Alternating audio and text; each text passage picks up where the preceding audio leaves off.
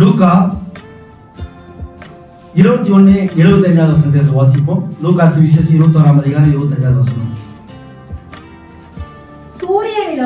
சூரியனிலும் சந்திரனிலும் நட்சத்திரங்களிலும் அடையாளங்கள் தோன்றும். பூமியின் மேலுள்ள ஜனங்களுக்கு தத்தளிப்பும் இடுக்கணும் உண்டாகும். சமுத்திரமும் அலைகளும் எப்படி முழக்கமாய் இருக்கும். வானத்தின் சத்துவங்கள் அசைக்கப்படும். ஆதலால் பூமியின் மேல் வரும் ஆபத்துகளுக்கு பயந்து எதிர்பார்த்திருக்கிறதுனால் மனுஷனுடைய இருதயம் சோர்ந்து போகும். அப்பொழுது மனுஷகுமாரன் மிகுந்த வல்லமையோடும் மகிமையோடும் மேகத்தின் மேல் வருகிறதை காண்பார்கள். அல்லேலூயா. இன்னும் ஒரு வசனத்தை வாசிப்போம். ஆதியாகமத்தின் புஸ்தகம் 18ஆம் அதிகாரம் 20-22 வசனம், 20-22 வரைக்கும் வாசிக்க கேட்போம். ஆதியாகமத்தின் புஸ்தகம் 20ஆம் அதிகாரம் 10ஆம் அதிகாரம் 18ஆம் அதிகாரம் 20வது வசனத்திலிருந்து 22. பின்பு கர்த்தர் சோதோம் கொமோராவிலும் கூக்குரல் பெரிதாய் இருப்பதினாலும் அவைகளின் பாவம் மிகவும் கொடிதாய் இருக்கிறபடினாலும் நான் இறங்கி போய் என்னிடத்திலே வந்து எட்டினேன். அதன் கூக்குரலின்படியே செய்திருக்கிறார்களோ இல்லையோ என்று பார்த்து அறிவேன் என்றார். அப்பொழுது அந்த புருஷர் அவ்விடம் விட்டு சோதோமை நோக்கி போனார்கள். சோதோமை நோக்கி போனார்கள். ஆபிரகாமோ 22 சொல்றீங்களா? ஆபிரகாமோ இன்னும் கர்த்தருக்கு முன்பாக நின்று கொண்டிருந்தான். அல்லேலூயா. இந்த அருமையான வேளையிலே நாம் பார்க்கக்கூடியதான செய்தி பறக்கும் தட்டுக்கள் பாகம் 2. இந்த கொரோனா டைம்ல சபையெல்லாம் இல்லாத நாட்கள்ல நம்ம அந்த வீட்டுல இருந்து ஆன்லைன்ல பேசுகின்ற பொழுது பேசப்பட்ட செய்தியினுடைய ஒரு தலைப்பு பறக்கும் தட்டுகள் பாகம் 1 பேசும். அதுல பறக்கும் தட்டுனா என்ன, அதை குறித்து யார் ஆராய்ச்சி பண்றாங்க, எத்தனை முறை பூமிக்கு வந்துட்டு போயிருக்குது, எத்தனை பேர் அந்த பறக்கும் தட்டுகளை பார்த்துருக்குறாங்க சொல்றாங்க. அந்த பறக்கும் தட்டுகள்ல அந்த விஞ்ஞானம் அதை குறித்து என்ன சொல்லுகிறது, அறிவாளிகள் அதை குறித்து என்ன சொல்லுகிறார்கள் அப்படின்றத நம்ம கடந்த இதெல்லாம் பார்த்தோம். இப்போ 2வது முறை பார்க்கும்போது மறுபடியும் அதை ரிப்பீட் பண்ணது அவசியம் இல்லை. இது இப்போ நம்ம பார்க்குற செய்தி பறக்கும் தட்டுகள் 2வது பாகம். ஒருவேளை இந்த செய்தியை தான் ஃபர்ஸ்ட் நீங்க கேட்குறீங்கன்னா இந்த முதல் பாகத்தை பார்த்தீங்கன்னாக்கே பறக்கும் தட்டுகளை குறித்து நிறைய டீட்டெயில்ஸ் கொடுத்துருக்கிறீங்க, அதை நீங்க பார்த்துக்குங்க. இப்போ நம்ம பார்க்கறது பறக்கும் தட்டுகளை குறித்து ஒரு ஸ்பிரிச்சுவல் தாட், ஆவிக்குரிய அர்த்தம். உலகமானது பறக்கும் தட்டுகளை குறித்து ஏதோ ஒரு காரியங்களை சொல்லிக் கொண்டிருக்கலாம். உலகத்திலே அந்த பறக்கும் தட்டுகள் எத்தனை முறை வந்தது, எந்தெந்த இடங்களில வந்தது, எத்தனை பேர் பார்த்தார்கள், அதை குறித்து ஆராய்ச்சி செய்யப்படுறது யார் அப்படிங்கறத நம்ம முதல் பாகத்திலே நான் சொல்லியிருக்கிறேன். அதை நீங்க பார்த்துட்டீங்க. இந்த 2வது பாகத்திலே நம்ம அதோட தொடர்ச்சியாக பார்க்கிறோம். ஆகவே இந்த 2வது பாகத்துல ஒரு முக்கியமான பாகமாக இருக்கு. இந்த பாகம் நம்முடைய கடைசி கால செய்தியில் இருக்கிற விசுவாசிகளுக்கு ஏற்ற ஒரு பாகம். ஆழமான ஒரு செய்தி தான். சுருக்கமாக பேசினாலும் ஒரு ஆழமான ஒரு செய்தி மத்தியில நான் பேச விரும்புகிறேன். கிறிஸ்துவுக்குள் பிரியமானவர்களே, கர்த்தராகிய இயேசு கிறிஸ்து நாமத்தில் உங்களுக்கு வாழ்த்துக்களை தெரிவித்துக் கொள்கிறேன். பறக்கும் தட்டுகள் அப்படின்னா என்ன அப்படின்னு பார்க்க போகிறோம். இந்த உலகத்திலே அநேகர் பறக்கும் தட்டுகள் அப்படின்னு சொன்னால் ஏதோ மேல இருந்து அப்படி வேற கிரகத்துல இருந்து ஒரு வாகனம் வருகிறது. அந்த வேற கிரகத்துல இருந்து அந்த வாகனத்துல வந்து அவங்க அங்கங்க இறங்கி ஏலியன்ஸ் போன்றதானே வேற மனிதர்கள், வேற கிரகத்துவாசிகள் என்ன செய்யறாங்க, அந்த பறக்கத்துல இருந்து இறங்கி அப்படி பூமியை சுத்தி பார்த்துட்டு பூமியை பிடிச்சிட்டு போலாமா, பூமியை ஆட்சி செய்யணும் அப்படிங்கிறதுக்காக மேல இருந்து வராங்க அப்படிங்கிறது நிறைய ஜனங்களுடைய கருத்துக்கள். விஞ்ஞானிகளுடைய கருத்தும் அப்படிதான். விஞ்ஞானம் என்ன செய்கிறது, வேற எங்கேயோ மனிதர்கள் இருக்கிறார்கள் அல்லது ஏதோ உயிரினங்கள் இருக்கிறது, மனிதர்களை போல ஏதோ ஒரு விஞ்ஞானத்திலே அறிவுல நம்மளை காட்டிலும் அதிகமான அறிவில் சிறந்ததான ஜனங்களோ எங்கேயோ ஏதோ வேற கிரகத்துல இருக்கிறாங்க. அவங்க என்ன செய்யறாங்கன்னா அவங்க கண்டுபிடிச்ச அந்த வாகனம் தான் இந்த பறக்கும் தட்டி. அவ்வப்போது அந்த பறக்கும் தட்டு பூமியை என்ன செய்யறாங்க, சர்ச் பண்ணிட்டு போறாங்க. நம்ம இந்த பூமியை ஆட்சி செய்யணும், இருக்கிற மனுஷர்களை பிடிக்கணும் அப்படிங்கிறதுக்காக வந்துட்டு போறாங்க. அடுத்த பூமியை நம்ம எப்படி சந்திரனை போய் ஆராய்ச்சி பண்றோம், வியாழனை போய் ஆராய்ச்சி பண்றோம், அந்த மாதிரி பூமியை ஆராய்ச்சி பண்ணுவதற்காக அவங்க வந்துட்டு போறாங்க அப்படிங்கிறத விஞ்ஞானத்தினுடைய கருத்துக்களும் உண்டு. ஒரு சிலர் அப்படியெல்லாம் கிடையாது. அந்த மாதிரிலாம் கிடையாது, ஏதோ ஒண்ணு என்னன்னே தெரியல அப்படிங்கிற மாதிரி பல்வேறு விதமான கருத்துக்கள் இருக்கிறது. ஆனா இந்த பறக்கும் தட்டுகளை குறித்து செய்தி என்ன சொல்லுகிறது, தீர்க்கதரிசி என்ன சொல்லுகிறார் அப்படிங்கிறத நம்ம பார்க்க போகிறோம். இந்த பறக்கும் தட்டுகள் குறித்தான விழிப்புணர்வு 1947 முன்னதாக இருந்தால் 45 முன்னதாக இருந்தது. இன்றைக்கு அது அதிகமாகிவிட்டது. அன்னைக்கு இந்த மாதிரியான நவீன கருவிகள்லாம் ரொம்ப குறைவு, இன்னைக்கு ரொம்ப ஜாஸ்தியா இருக்குது. இன்றைக்கு சில நேரங்களில் விவசாயம் பண்ணுகிற இடங்கள்ல சில விவசாயிகள் பார்க்கின்ற பொழுது திடீர்னு அங்க இது ஒரு பறக்குந்தட்டு மாதிரி ஒன்று இறங்குதான். திடீர்னு அவங்க பார்க்கும் போது அதுல மனுஷர்கள் மாதிரி எல்லாம் என்ன செய்யறாங்க, வெளியே போறாங்களாம். திரும்பி 2 செகண்ட்ல பார்க்கறதுக்குள்ள அதெல்லாம் மறைஞ்சிருது. ஆட்களையும் காட்டுறதுல அந்த வாகனத்தையும் காணும், அந்த பறக்குந்தட்டையும் காணும் அப்படின்றாங்க ஒரு சிலர் சிலங்க நாங்க பார்த்துருக்கும் போது அப்படியே ஒரு தட்டு பிளைட்னா பிளேட், அந்த சாப்பிட்ற தட்டு மாதிரி ஒரு வட்ட வடிவமான ஒரு பிளேட் என்ன செய்யுது, அப்படியே வருது. பயங்கரமான வெளிச்சம், ஒரு சவுண்டு, அந்த சத்தத்தோடு வராங்க. உள்ள யாரும் ஆட்கள் இருக்கிற மாதிரி இருக்காங்க, வித்தியாசமா அவங்க எல்லாம் இருக்கிறாங்க. ஆகவே அவங்க வந்தோன்னு திடீர்னு 1 செகண்ட் தான் பார்த்தேன், 2 செகண்ட் தான் பார்த்தேன், இத்தனை நொடிகள் தான் பார்த்தேன், அதுக்குள்ளது மறைஞ்சு போச்சு அப்படிங்கிறத பார்க்கணும். இப்படி நிறைய சாட்சிகள் உண்டு. பறக்கும் தட்டுகளை ஏறக்கூடிய 12,000 பேர் பார்த்ததாக விஞ்ஞானம் சொல்லுகிறது. 12,000 பேர் பார்த்துருக்கிறாங்க. இந்த பறக்கும் தட்டுகளை குறிச்சதான தகவல் கொடுத்துருக்கிறாங்க. இதுல எத்தனை பேர் அது உண்மையா சொன்னாங்க, இல்ல எத்தனை பேர் கற்பனையா சொன்னாங்க, எத்தனை பேர் அதை வேற எதையாவது பார்த்துட்டு பறக்கும் தட்டுகள் சொன்னாங்கன்னு நமக்கு தெரியாது. ஆனா பறக்கும் தட்டுகளை பார்த்ததாக சொல்லக்கூடியவர்கள் ஏறக்கூடிய 12,000 பேர் என்று சொல்லி அமெரிக்காவுடைய பென்டகன் சொல்லி இருக்கிறது. சோ அது ஒரு புறம் இருக்கு. இந்த பறக்கும் தட்டுகளை குறித்து நம்முடைய தீர்க்கதரிசி என்ன சொல்லுகிறார், பைபிள் என்ன சொல்லுகிறது அப்படிங்கிறது சுருக்கமாக நம்ம பார்க்க போகிறோம். வாசிங்க 132 பக்கத்துல கடைசி கால வித்தின் அடையாளம் அப்படிங்கிற செய்தியிலே எடுத்து வாசிங்க. பறக்கும் தட்டுகளை பற்றி இல்ல சிஸ்டர், மேல என்ன ஏற்பட்டது என்பதை கவனியுங்கள். பறக்கும் தட்டுகளை பற்றி ரேடியோவிலும் நீங்கள் கேட்டிருக்கிறீர்கள், தொலைக்காட்சியிலும் அதை குறித்து பார்த்திருக்கிறீர்கள், செய்தித்தாள்களிலும் வந்துள்ளது, எங்கிலும் அது தோன்றியுள்ளது. பென்டகன் 6 வாரங்களுக்கு முன்னர் அதை பற்றி அறிக்கை வெளியிட்டது. அது ஒன்றும் 8 கட்டிய கற்பனை கதை அல்ல.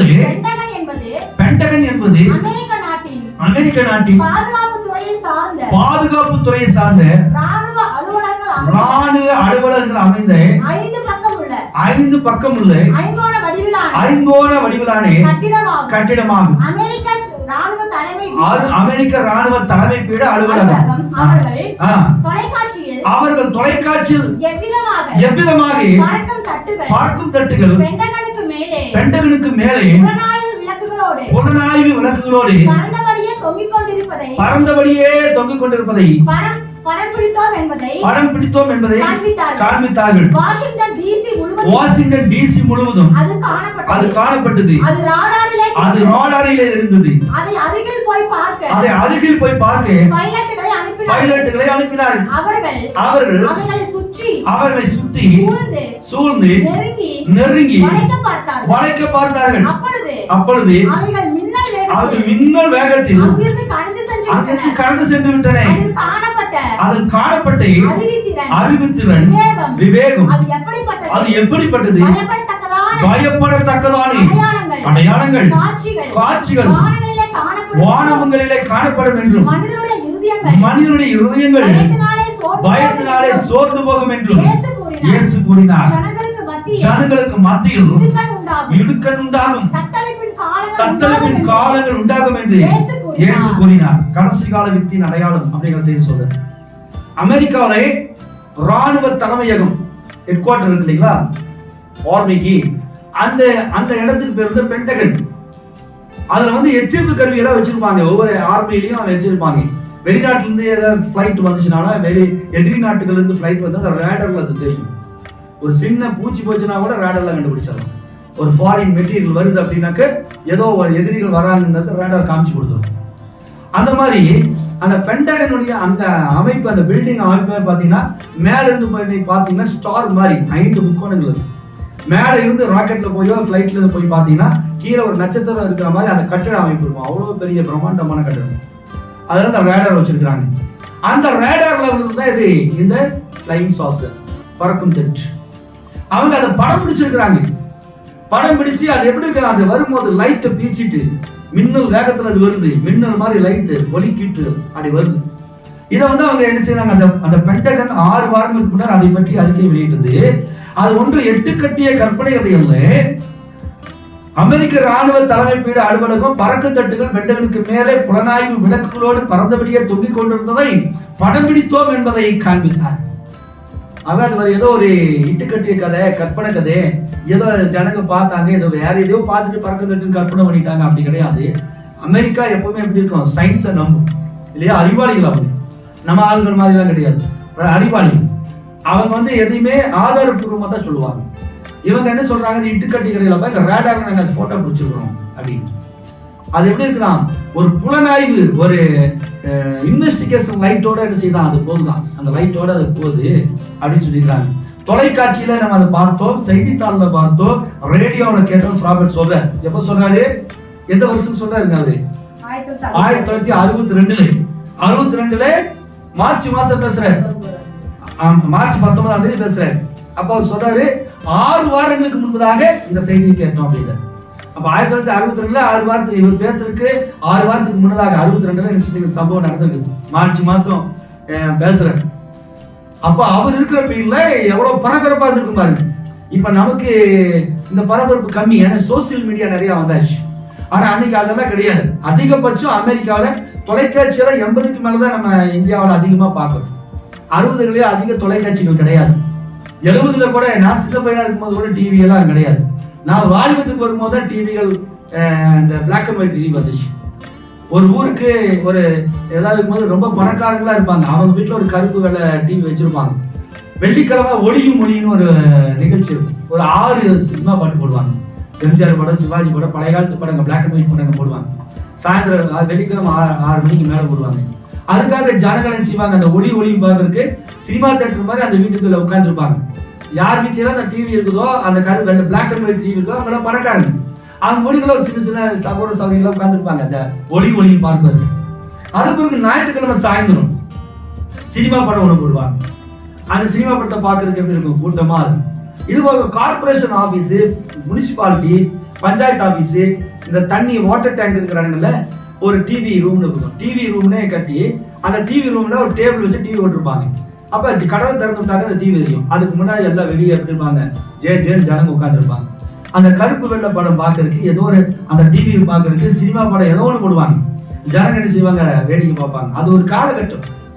இன்னைக்கு நம்ம பார்க்கிறோம், நம்ம கையில மொபைல், எந்த படம் வேணும் அப்படின்ட்டு இப்பவே நாம செலக்ட் பண்ணி டிஜிட்டல் கலர்ல பார்க்கிறோம். ஆனா அன்னைக்கு நீங்க நினைச்சு பாருங்க, நான் வாழை சின்ன பையனா இருக்கும்போது அப்படி எல்லாம் உட்காந்துட்டு வேர்க்கலை சாப்பிட்டுக்கிட்டு அப்படி சில நேரங்களில் சினிமா போடுறதுக்கு கார்பரேஷன்ல இருந்து வண்டி அனுப்புவாங்க, ஒரு ஜீப். அந்த ஜீப்புக்கு பின்னாடி பெரிய ஒரு வெள்ளை திரை கட்டுவாங்க. நம்ம அங்கே வச்சிருக்கிற மாதிரி பெரிய வெள்ளை ஸ்கிரீன் கட்டுவோம், ஒயிட் ஸ்கிரீன். அப்போ அங்கே கட்டிட்டு படம் ப்ரொஜெக்டர் வச்சு படம் ஓடுவாங்க. ஜனங்கள்லாம் உட்காந்து அப்படியே அந்த மாரியம்மா கோயில் திருவிழா அல்லது வேற ஏதாவது திருவிழாக்கள் எல்லாம் பார்த்தீங்கன்னாக்கா அது போடுவாங்க. எல்லாம் அந்த படத்தை பார்க்கறதுக்கு ஜேடு ஜனங்க இருப்பாங்க. அது ஒரு காலம் ஓப்பனில் உட்காந்துக்கிட்டு, மண்ணில் உட்காந்துக்கிட்டு, கல் எடுத்து போட்டுக்கிட்டு அப்படியெல்லாம் ஒரு காலம். ஏதாவது வாங்கி சாப்பிட்டுட்டு, முறுக்கு சாப்பிட்டுக்கிட்டு அப்படியெல்லாம் இருக்கும். இன்னைக்கு போய் நம்ம தெருல போய் வச்சு சிவாவுக்கு நம்ம தெருல உட்காருமா. இன்னைக்கெல்லாம் சேர் தான் உட்காரும். அன்னைக்கெல்லாம் அப்படி இல்லை, எதுனாலும் உட்காந்துக்க வேண்டியதுதான். அப்படியே தள்ளி விட்டுட்டு அப்படி உட்காந்துக்க வேண்டியதுதான். அவர் வேர்க்கலை சாப்பிட்டுக்கிட்டே இருக்கும். அது ஒரு காலகட்டம். இன்னைக்கு அப்படி இல்லை. அந்த மாதிரி நேரத்துல அமெரிக்காவில் டிவி எல்லாம் வீடுகள் இருந்துச்சு. இந்தியாவில் அப்படி கிடையாது. 62 பேசும்போது 62 டிவி எல்லாம் அங்க இருந்துச்சு. அப்ப சொல்ற தொலைக்காட்சியில பார்த்தோம் பிளாக் அண்ட் ஒயிட் டிவி. அப்ப கலர் டிவி கிடையாது, பிளாக் அண்ட் ஒயிட். தொலைக்காட்சியில பார்த்தோம், செய்தித்தாள்ல பார்த்தோம் இல்லையா, ரேடியோல அதை குறிச்சு அனௌன்ஸ் பண்ணாங்க. அதுவே ஃப்ளைங் சாஸ் வந்துட்டு போயிருக்குது, பறக்கும் தட்டுகள் அப்படின்ட்டு சொல்றாரு. பெண்டனுக்கு மேல புலனாய்வு விளக்குகளோடு பறந்தபடியே தொங்கிக் கொண்டிருக்கும் படத்தை பிடித்தோம் என்பதை காண்பித்தார்கள். வாஷிங்டன் DC முழுவதும் அது காணப்பட்டது. அந்த ராடாரிலே தெரிந்தது. அதை அருகில் போய் பார்த்து பைலட்டுகளை அனுப்பினார். இப்ப பைலட்டுகள் என்ன பண்ணாங்க, சீக்கிரம் ஃபிளைட் எடுத்து போகிறா, போய் அதை பிடிக்க அப்படின்னு அனுப்பிச்சா. அங்க போறதுக்குள்ள என்ன ஆயிருந்தா, அது காணாம போயிருக்கு. அவைகளை சுற்றி சூழ்ந்து நெருங்கி வளைக்க பார்த்தார்கள். அப்பொழுது அவைகள் மின்னல் வேகத்தில் அங்கிருந்து கடந்து சென்று விட்டன. அது காணப்பட்ட அறிவுத்திறன், விவேகம் எப்படிப்பட்டது. இவங்களே அவ்வளவு ஸ்பீடா போறாங்க, அவ்வளவு ஸ்பீடா போய் தப்பிக்கவே முடியாது, அவ்வளவு ஸ்பீடா பிடிக்கலாம் ரவுண்ட் பண்ணலான்னு பார்த்தா அதை காட்டிலும் வேகம் அது. அப்படின்னாக்கா ப்ராஃபிட் சொல்றாரு, அப்படி அறிவுத்திறன் எப்படிப்பட்டதா இருக்கும், அது அறிவுத்திறன் எப்படிப்பட்டதா, விவேகம் எப்படிப்பட்டதா இருக்கும் அப்படின்ற. அப்படின்னாக்க அது அனுப்புறது யாருக்கா, இவ்வளவு நம்மளை காட்டிலும் அட்வான்ஸ் நாலேஜ் உள்ள ஒருத்தர் அந்த பறக்கும் தட்டுகளை அனுப்பிச்சிருக்கணுங்கிறது இவங்க நினைச்சிட்டாங்க. நம்ம தான் வந்து உலகத்தில் இருக்கிற மனிதர்கள் தான் நம்ம இருக்கிறோம், நம்ம தான் அறிவாளின்னு இருக்கிறோம், நம்மளை காட்டிலும் வேற்று கிரகத்துல எத்தனையோ கிரகங்கள் இருக்குது, அங்க வந்து மனிதர்களா இருப்பாங்க, நம்மளை கூட அறிவுத்திறன் வாய்ந்தவங்க இருப்பாங்கட்டு இன்னைக்கும் நிறைய நினைச்சு கொண்டிருக்கிறதான அநேகர் உண்டு.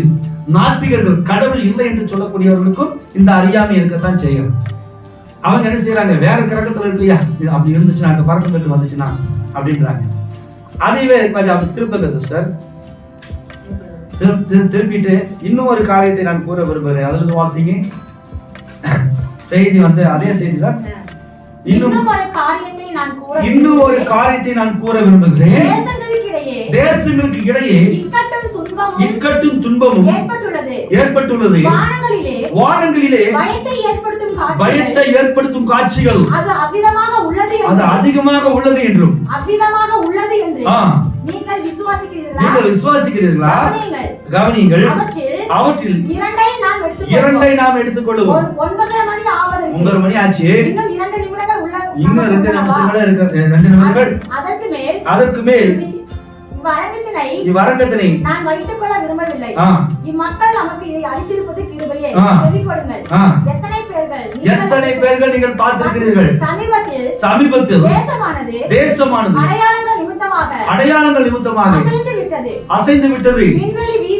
விண்வெளி வீதியில் சுற்றி வந்த இம்மனிதன் எனத்தை கண்டான் என்பதை நீங்கள் கவனித்திருக்கிறீர்களா? அவன் இதுவரை கண்டிராத காட்சிகளை கண்டான். அவன் என்னவென்று விஞ்ஞானத்திற்கு கூட தெரியவில்லை. அவன் பூமியை சுற்றி வரும்போது அதை தேடி பார்த்த போதும் அவர்களால் அதை கண்டுபிடிக்கவே முடியவில்லை. அவன் தான் சுற்றி வரும் கோல் வீதிதான். அவன் தான் சுற்றி வரும் கோல் வீதி. அவன் தான் சுற்றி வருகிற கோல் வீதி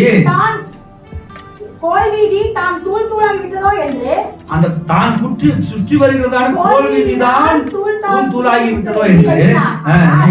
அது அவ்வாறு இல்லை. அவனுடைய கோல் வீதி சரியாகத்தான் இருந்தது. இவன் வந்து இது எதுக்கு சொல்றாரு, இது யாரு, அவனை பத்தி சொல்றாரு, இது எவனை பத்தி சொல்றாரு? சயின்டிஸ்டா? சுத்தி வருவதை ப்ரூவ் பண்ணக்கூடாது. இல்ல, இந்த மனிதன் யாரு?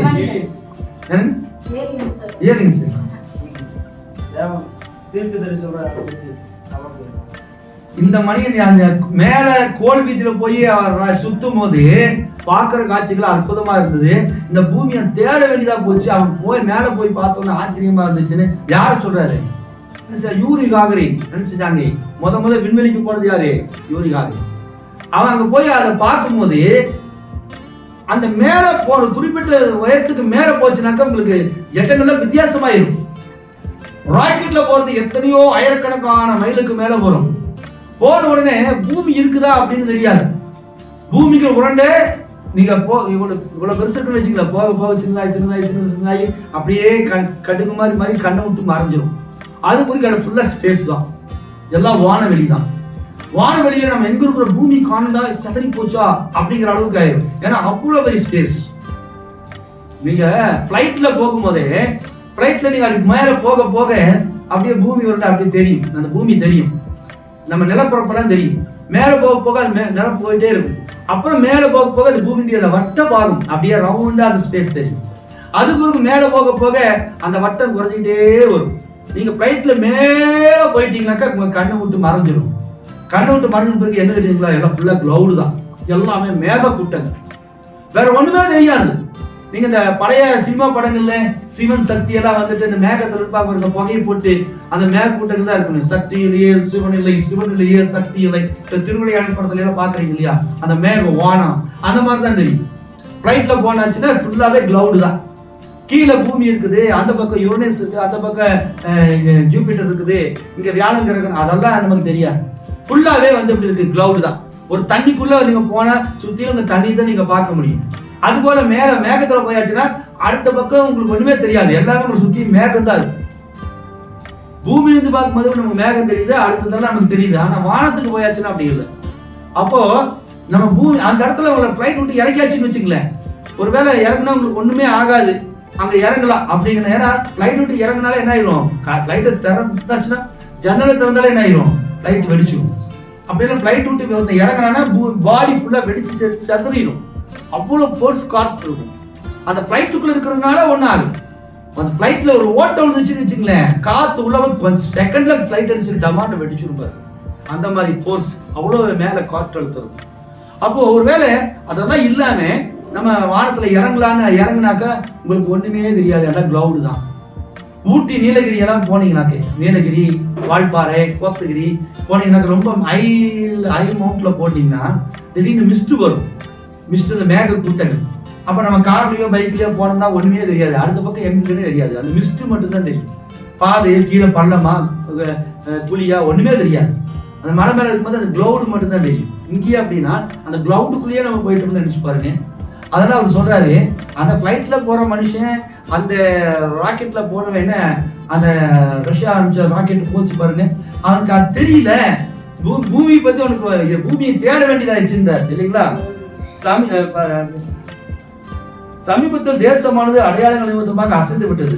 விண்வெளி வீதியில் சுற்றி வந்த இந்த மனிதன், விண்வெளி வீதியில சுற்றி வந்த இந்த மனிதன் என்னத்தை கண்டான் என்பதை நீங்கள் கவனித்தீர்களா? அவன் இதுவரை கண்டிராத காட்சிகளை கண்டான். அவர்கள் என்னவென்று விஞ்ஞானத்திற்கு கூட தெரியாது. அவன் பூமியை சுற்றி வந்த போது அதை தேடி பார்த்த போதும் அவர்களால் அதை கண்டுபிடிக்கவே முடியவில்லை. அவன் தான் சுற்றி வரும் ஒரு கோல் வீதி தான் தூளாகி விட்டதோ என்று எண்ணினான். ஆனால் அது அவ்வாறு இல்லை. அவன் கோல் வீதி சரியாகத்தான் இருந்தது. அவன் போயிட்டு இருக்கிற அந்த வழி கரெக்ட் தான். ஆனா நினைச்சான் வழி மாறிட்டோம், தூளா போயிடுச்சோ அப்படின்னு நினைச்சான். முத ராக்கெட்ல போனது யாருங்க? முத ராக்கெட்ல போனது யாருங்க? என்னங்க சத்தமா சொல்லுங்க. ஆம்ஸ்ட்ராங். சந்திரனுக்கு போனது ஆம்ஸ்ட்ராங். பால்வெளி மில்கி வேக்கு வானத்துக்கு போனது நாய்க்குட்டி, லைக்காங்கிற நாய்க்குட்டி இல்லைங்களா. அந்த நாய் தான் அனுப்பிச்சாங்க முத ராக்கெட்ல போனது நாய். அது பத்திரமா வந்தது பிறகுதான் யூரி காகரின் அவர் போனார். போய் அவர் ரவுண்ட் அடிச்சுட்டு வந்தார். வந்தோடனே அங்கிருந்து வந்த உடனே எல்லா பக்கம் நாங்க பார்த்தாச்சியா, வானத்துக்கும் போயிட்டு வந்தாச்சு, கீழே போயிட்டு வந்தாச்சு. என்ன இல்ல, கடவுள்னு ஒருத்தர் இல்லவே கிடையாது. எல்லா பக்கம் நாங்க பார்த்துட்டு வந்தாச்சு, வானத்துக்கு போயாச்சு. இந்த பூமியில இருக்கிறவங்க என்ன இருக்கிறான், என்னங்க கடவுள் இயேசு அப்படி இப்படி எல்லாம் வணங்கிட்டு இருக்கான். ஐயா மேல போனா அதெல்லாம் கிடையாது, பைபிள் போய் அப்படின்ட்டு வந்தான். அப்போ இங்கிலாந்து தேசத்துடைய வின்சென்ட் சர்ச்சில், அவர் தான் பிரதமர், அவர் கிறிஸ்டியன் இல்லையா. அவர் ரஷ்ய பிரதமருக்கு லெட்டர் எழுதுறாரு. ஐயா பூமியிலிருந்து ஒரு புழு என்ன செஞ்சு மேல வந்துச்சு, பூமிக்கு மண்ணில் இருந்து என்ன ஒரு புழு மேல வந்துச்சு. அது மேல அந்த புழு என்ன செஞ்சா ஓட்ட போட்டு மேல அந்த மண்ணுக்குள்ள ஒரு 2 ரவுண்ட் அடிச்சுதான். 2 ரவுண்ட் அடிச்சுட்டு மறுபடியும் புழு என்ன செஞ்சான், பூமிக்குள்ள போயிடுச்சான். போயிட்டு அங்க இருக்கிற புழுக்களை எல்லாம் கூட்டு ஒரு மீட்டிங் போட்டு, நான் பூமிக்கு மேலேயே போயிட்டு வந்தேன், அங்க பூமின்னு ஒண்ணு கிடையாது, அங்க ரஷ்யான்னு ஒரு தேசம் கிடையாது, ரஷ்யாவில இப்படி ஒரு பிரதமர் இருக்கிறாங்க ஒருத்தர் கிடையாதுயா அப்படின்னு சொல்லிட்டான். அது எப்படி அப்படின்னு, பூமி எவ்வளவு பெருசு, ஒரு மண்புழு ஒப்பிடும் போது அந்த மண்புழு எவ்வளவு தூரம் சுத்தி இருக்கும், ஒரு 2 இன்ச்சு 4 இன்ச்சு சுத்தி இருக்குமா. அந்த பூமிக்குள்ள போய் அந்த என்ன செய்தான், புழுக்களுக்கு ஒரு மீட்டிங் போட்டு மேல ரஷ்யாவோட தேசமே கிடையாது அப்படின்னு.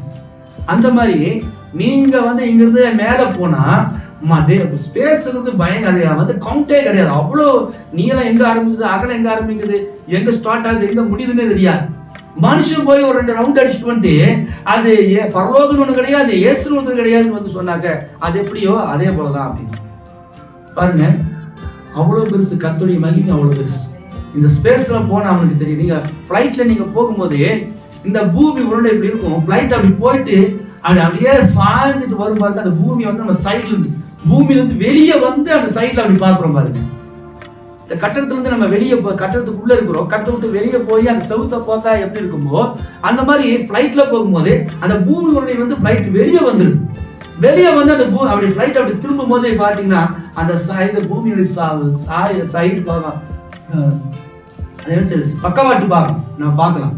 நைட் நேரத்தில் போகும்போது லைட்டா இருக்கும், அவ்வளோ லைட்ஸ், பெரிய பெரிய பில்டிங் எல்லாம் இருக்கு இல்லைங்களா. அந்த பில்டிங் எல்லாம் நீங்க பார்க்குற மாதிரி இப்படி நிக்காது. ஃபிளைட்ல பார்க்கும்போது பில்டிங் எல்லாம் இப்படி இருக்கும் பாருங்க. இந்த பில்டிங் கொண்டு போய் மொட்டை வச்சா எப்படி இருக்கும், அந்த மாதிரி இப்படி எல்லாம் இருக்கும். ஏன்னா ஃபிளைட் இப்படி இப்படி வருது. நம்ம நினைக்கிறோம் நம்ம இங்கிருந்து பார்க்கும்போது பில்டிங் எல்லாம் நேரா இருக்குது, ஆனா பிளைட்ல போய் பார்க்கும்போது இருக்குமா பில்டிங் எல்லாம் கீழே முழுகாம எப்படியா இருக்குது, அது முழுக்க சாஞ்சிருமே அப்படிங்கிற மாதிரி தோணும். அந்த நைட் நேரத்துல அவ்வளவு அழகா இருக்கும் அந்த பூமியை பார்க்கறது, அவ்வளவு கரண்ட் லைட் அத்தனை சூப்பரா இருக்கும். அந்த அனுபவம், அந்த பிளைட்ல போற அனுபவம் அவ்வளவு ஒரு இதா அந்த மாதிரி பிளைட்ல போயிருக்கு அப்படின்னா ராக்கெட்ல போயிருக்கு நினைச்சு பாருங்க. ஸ்பேஸ்ல போய் அந்த மத்திய ஆகாயத்துக்கு போகும்போது ஃபுல்லா கிளவுடு தான், அவ்வளவுதான். பூமின்னு ஒண்ணு இருக்குங்கிறது நமக்கு தெரியாது. இப்படிப்பட்ட இந்த மகத்துவமான இந்த காரியங்கள்லாம் இருக்கும்போது இதையெல்லாம் வாயில நம்ம என்ன செய்ய முடியாது, விளக்க முடியாது. தேவனுடைய சிருஷ்டி. இப்ப அங்கிருந்து ஒரு பறக்கும் தட்டு பூமிக்கு வருது அப்படின்னாக்கே அதை வந்து விஞ்ஞானத்துடைய அறிவு, தேவன் மனுஷனுக்கு கொடுத்த அறிவு கொஞ்சம் நெஞ்சம் கிடையாது. அறிவு கொடுத்தது யாரு? தேவன் தான். மூளை கொடுத்தது யாரு? தேவன் தான். பயன்படுத்துறதுதான் இந்த ப்ராப்ளம் இருக்குது. இந்த மூளைக்குள்ள பிசாசு போயாச்சுனாக்க அவன் தவறா அதை யூஸ் பண்றான். தேவனுடைய அபிஷேகம் வந்துச்சுனாக்க அது சரியா இருக்குது, அவ்வளவுதான். மனுஷனுடைய மூளைக்குள்ள பிசாசு அனுமதிக்க கூடாது, அதான் விஷயம். இப்போ இவங்க இந்த ரேடாரை வச்சு கண்டுபிடிச்சு அந்த பறக்கும் தட்டு மாதிரி ஒண்ணு வருதுப்பா, அங்கிருந்து யாரை இறங்குறாங்க போறாங்க அப்படிங்கறத வந்து அதை விஞ்ஞானிகள் கண்டுபிடிச்சிட்டாங்க. அப்படின்னாக்கா அந்த பறக்கும் தட்டு எங்க இருந்து வருது, எந்த கிரகத்துல இருந்து வருது, எந்த மனுஷன் அனுப்புறான், யார் அனுப்புறான், அந்த பறக்கும் தட்டுல வந்துட்டு போறது யாரு அப்படிங்கிறது இன்னைக்கு வரைக்குமே விஞ்ஞானம் கண்டுபிடிக்கல. இப்ப செய்தி அதை பத்தி என்ன சொல்லுது, அந்த பேராக்கு மேல வாசிங்க, முறையிடுகிறது என்ன அப்படிங்கிற செய்தியில வாசிங்க.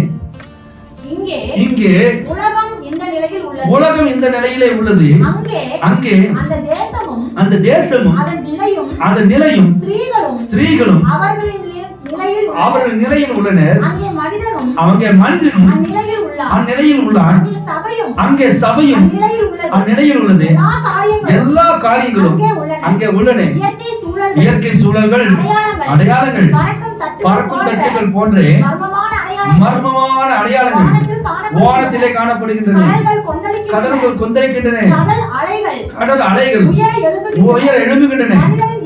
மனிதனுடைய இருதயம் சோர்ந்து போதல், பயம், சிக்கல்கள் நிறைந்த காலம், நாடுகள் மத்தியிலே பீதி, பயம், சபை விழுந்து போய் கொண்டிருக்கின்றன. முறையிடுகிறது என்ன சொல்?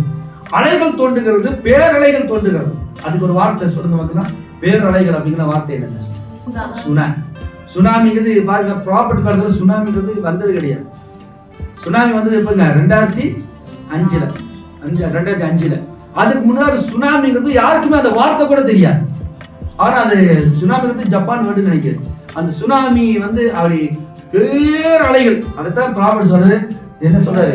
பேரலைகள், அலைகள், கடல் அலைகள் உயர எழும்புகின்றன, பேரலைகள். தானியல் எழுதுவாரங்களை சொல்றாரு பேரலைகள் அப்படின்னு. நின்றுட்டே இருப்போம், திடீர்னு ரொம்ப உயரமா பெருசா தண்ணி, அத்தனை தண்ணி சேர்ந்து அப்படி எழுத்த மாதிரி கருப்பா வருது நீங்கள. ஓட முடியும், ஒடியார முடியாது. அப்படி காம்பவுண்ட் வால் மாதிரி வரும், உயரமா. நம்ம பார்க்கும்போது ஆயிரக்கணக்கான உயரம் வரும் அந்த அலை. நம்ம நினைச்சு கூட பார்க்க முடியாது. அது கொஞ்சம் செகண்ட்ல வந்து அப்படியே நம்ம மூழ்கடிச்சு தப்பிக்கவே முடியாது. அதான் சொன்னாங்க. எத்தனை பேர் செத்து போனாங்க, எத்தனை பேர் அதுக்கு நம்ம நினைச்சு கூட பார்க்கல. செத்தவங்களை நினைச்சிருப்பாங்க உலகம் அழிஞ்சிச்சு போல இருக்குது. அந்த செகண்ட்ல உலகம் அழியுது, பைபிள்ல சொல்லப்பட்டது போல இருக்குது. அவன் செத்து போன உயிரோட இருக்கணுக்கு நம்ம இருக்கிறது அவனுக்கு தெரியாது. ஒருவேளை அவன் உயிரோட அவனுக்கு கான்சியஸ் இருந்துச்சுனாக்க நம்ம எல்லாருமே செத்து போயிட்டோம், உலகமே அழிஞ்சு போச்சு போல இருக்குதுன்னு நினைச்சுக்கணும். அந்த மாதிரி அதிகமாக இந்த சென்னை கடற்கரையெல்லாம் எங்க இருந்துச்சோ, இந்தோனேஷியா இந்த மாதிரி இடங்கள்ல வந்து அந்த சுனாமி வரும்போது அவ்வளவு பயங்கரமான, இந்த உலகத்துல முதல்ல இந்த மாதிரி வந்தது நான் என் வாழ்க்கையில இந்த ஜெனரேஷன் பார்த்துட்டு பாருங்க. சுனாமி, இந்த சுனாமியே வந்து லட்சக்கணக்கானவர்களை கொண்டு போடுச்சு. அப்படின்னா நோவா காலத்து பெருமளை எப்படி இருக்கும்னு நினைச்சு பாருங்க. பூமி முழுவதுமே அடிச்சு, அது இன்னும் பயங்கரம். ஆனா இனி ஒரு முறை கர்த்தர் சொல்றாரு, நான் ஜலத்தினால பூமி அழிக்க மாட்டேன், எப்படி செய்வேன்? அக்னினால அழுப்பேன், நெருப்புல, தண்ணியில கூட பிழைச்சவன் இருக்கிறான். சுனாமி வந்து பிழைச்சவன் இருக்கிறான். பொண்டாட்டி பிள்ளைங்க எல்லாம் முயற்சி, இவன் பிழைச்சிட்டான். கவர்மெண்ட் என்ன செஞ்சு லட்சக்கணக்கான பணங்கள் அவனுக்கு ஆறுதலுக்காக, லட்சக்கணக்கான பணம். சுனாமி வர்றதுக்கு முன்னாடியே அவன் எப்படி தான் பிச்சைக்காரனா இருந்தான். சுனாமி வந்ததுக்கு பிறகு அடிச்சா கோடி லட்சாதிபதி ஆயிட்டான். ஆனா என்ன இருந்தான்? மனைவி இருந்தான், பிள்ளைகள் இருந்தான்.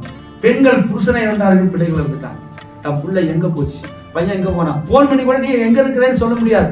அவன் இவனோட இருக்கானா இல்லையா, எல்லா பக்கமும் பிளாக் தண்ணி. அப்படிப்பட்டதான ஒரு கொடுமையான காலத்தை நம்ம சந்திச்சிருக்கோம். ஆனா இங்க ப்ராஃபட் சொல்றாரு, வானத்திலே அச்சம் உண்டாகக்கூடிய காரியங்கள் ஒரு நேசு சொல்லியிருக்காரு, லூக்கால சொல்லியிருக்காரு. வானத்திலே பயங்கரமான தோற்றங்கள் என்ன செய்யுமா உண்டாகும், மனிதர்கள் பயந்துருவாங்க. இன்னும் அந்த காலம் நமக்கு இன்னும் கொஞ்சம் தான் வந்திருக்குது, இன்னும் அது வரும். இதுல ஒண்ணுதான் வந்து பறக்கும் தட்டுகள். பறக்கும் தட்டுகள் குறிச்சு இப்ப பெருசா பயம் இல்ல. ஃபர்ஸ்ட் வரும்போது பயந்தாங்க, இப்ப பயம் கிடையாது. இப்ப இந்த மாதிரி நிறைய வருது. அப்படி உண்மையாலுமே நீங்க ஒரு பறக்கும் தட்டை நீங்க போட்டோ எடுத்து வீடியோ எடுத்து போட்டோ எடுத்து சொல்லுவாங்க கிராபிக்ஸ் சொல்லுவாங்க. உண்மையாவே பறக்கும் தட்டு வந்து எடுத்து போட்டோ எடுத்துவாங்க கிராபிக்ஸ். இயேசு கிறிஸ்து உண்மையிலேயே வராருன்னு எல்லாரும் வந்து ஆண்டவரே நான் வரேன்டா இருப்பாங்க, அதை வீடியோ எடுத்து தான் பார்ப்பாங்க இல்லைங்களா? அந்த காலத்துல ரோட்ல ஒருத்தன் அடிபட்டானா ஓடி போய் காப்பாற்ற போயிருப்பாங்க. இப்ப என்ன பண்றாருமா, செல்போன் வச்சு வீடியோ எடுக்கிறாங்க. ஒரு கார் பழத்தில் விழுகுதுன்னு வச்சுங்களேன் மலையில, அதை போய் பிடிச்சி காப்பாற்றணும் வைக்க மாட்டான், அது வீடியோ எடுக்கிறான், எடுத்து என்ன செய்யறான், ஸ்டேட்டஸ்ல வைக்கலாம் அப்படின்னு. ஒரு நாய் பசிக்காக என்ன செய்யுது, ஒருத்தர் போய் இப்படி சாப்பாடு கேட்குது. அதை இன்னொருத்தன் வந்து அவனுக்கு தெரியுது சாப்பாட்டுக்கு அதுக்கு வாய் இல்லை, அதுக்கு சாப்பாடு கொடுன்னு கேட்க தெரியாது. சாப்பிட்டு இருக்கிற ஹோட்டலில் இருக்கிற தட்டுது. இவன் அதுக்கு 2 பண்ணு வாங்கி போடுறதுக்கு பதிலாக அதை வீடியோ எடுத்து என்ன செய்யறான், இவன் ஃபேஸ்புக்கில் போடுறாங்க. எப்படி இருக்கும் பாருங்க. ஒரு மிருகம் ஆட்டுக்குட்டியோ மான் குட்டியோ சிங்கத்தோட மாட்டிக்குது. அது பசிக்கு, சிங்கத்தோட பசிக்கு அது மான் குட்டி இறையாது. அந்த மான் குட்டியை காப்பாத்துங்கிற எண்ணம் கிடையாது. அது மானை எப்படி அடிச்சு சாப்பிடுதுங்கிறத இவன் என்ன செய்யறான், வீடியோ எடுக்கிறான். வீடியோ எடுத்து போட்டு அவன் காமிக்கிறான். ஒரு சிங்கத்தினுடைய குகைக்குள்ள வந்து ஒரு சின்ன பையன் மாட்டிக்கிறான், அவனை காப்பாத்துறதுக்கு முயற்சி எடுக்காம அதை வீடியோ எடுக்கிறாங்க. அப்படிப்பட்ட உலகத்துல நம்ம வாழ்ந்துட்டு இருக்கோம். ஏன் வானத்துல இவனை பயப்படுற அளவுக்கு இன்னும் என்ன செய்யல, காரியங்கள் வரல. அந்த காலத்துல பறக்கும் தட்டு வந்தாலோ ஏதோ ஒரு உண்மையால ஒரு பெரிய ராசச பறவை வந்தாலோ அதை பத்திரிகையில பார்த்தாலே பேப்பர்ல பார்த்தா பயந்த காலம். இப்போ உண்மையாலே வந்து போட்டோ எடுத்தாலுமே பயப்பட முடியும். இயேசு கிறிஸ்து உண்மையாலேயே வந்து வானத்துல வர ஆரம்பிச்சிங்களேன். வந்தோடனே இயேசு கிறிஸ்து ஃபர்ஸ்ட் பாடம் கூட வராருனையோ, நல்லா கிராபிக்ஸ் நல்லா எடுத்துருக்காங்க பாரு, ரியலா இருக்குது, ரியல் தாயா ரியலா இருக்குது அப்படிமா. அதனாலதான் ஆண்டவர் செய்வார், இவனை வந்து உண்மையிலேயே அவனை ஏதோ ஒண்ணு பண்ணி தான் அவர் வருவார். இவன் மனுஷங்களை சோர்ந்து போய் அது உண்மையிலேயே அதனுடைய வருகைதான் ஏற்றுக்கொள்ளுற அளவுக்கு தான் தேவாதி ஞானத்தின் ஊற்றுள்ளவன். அவர் ஞானம் இல்லையா, மனுஷனுடைய ஞானத்துக்கு அப்பாற்பட்டவர். எங்க தட்டினா இவன் எப்படி இருப்பான் அப்படின்னு தெரியும்.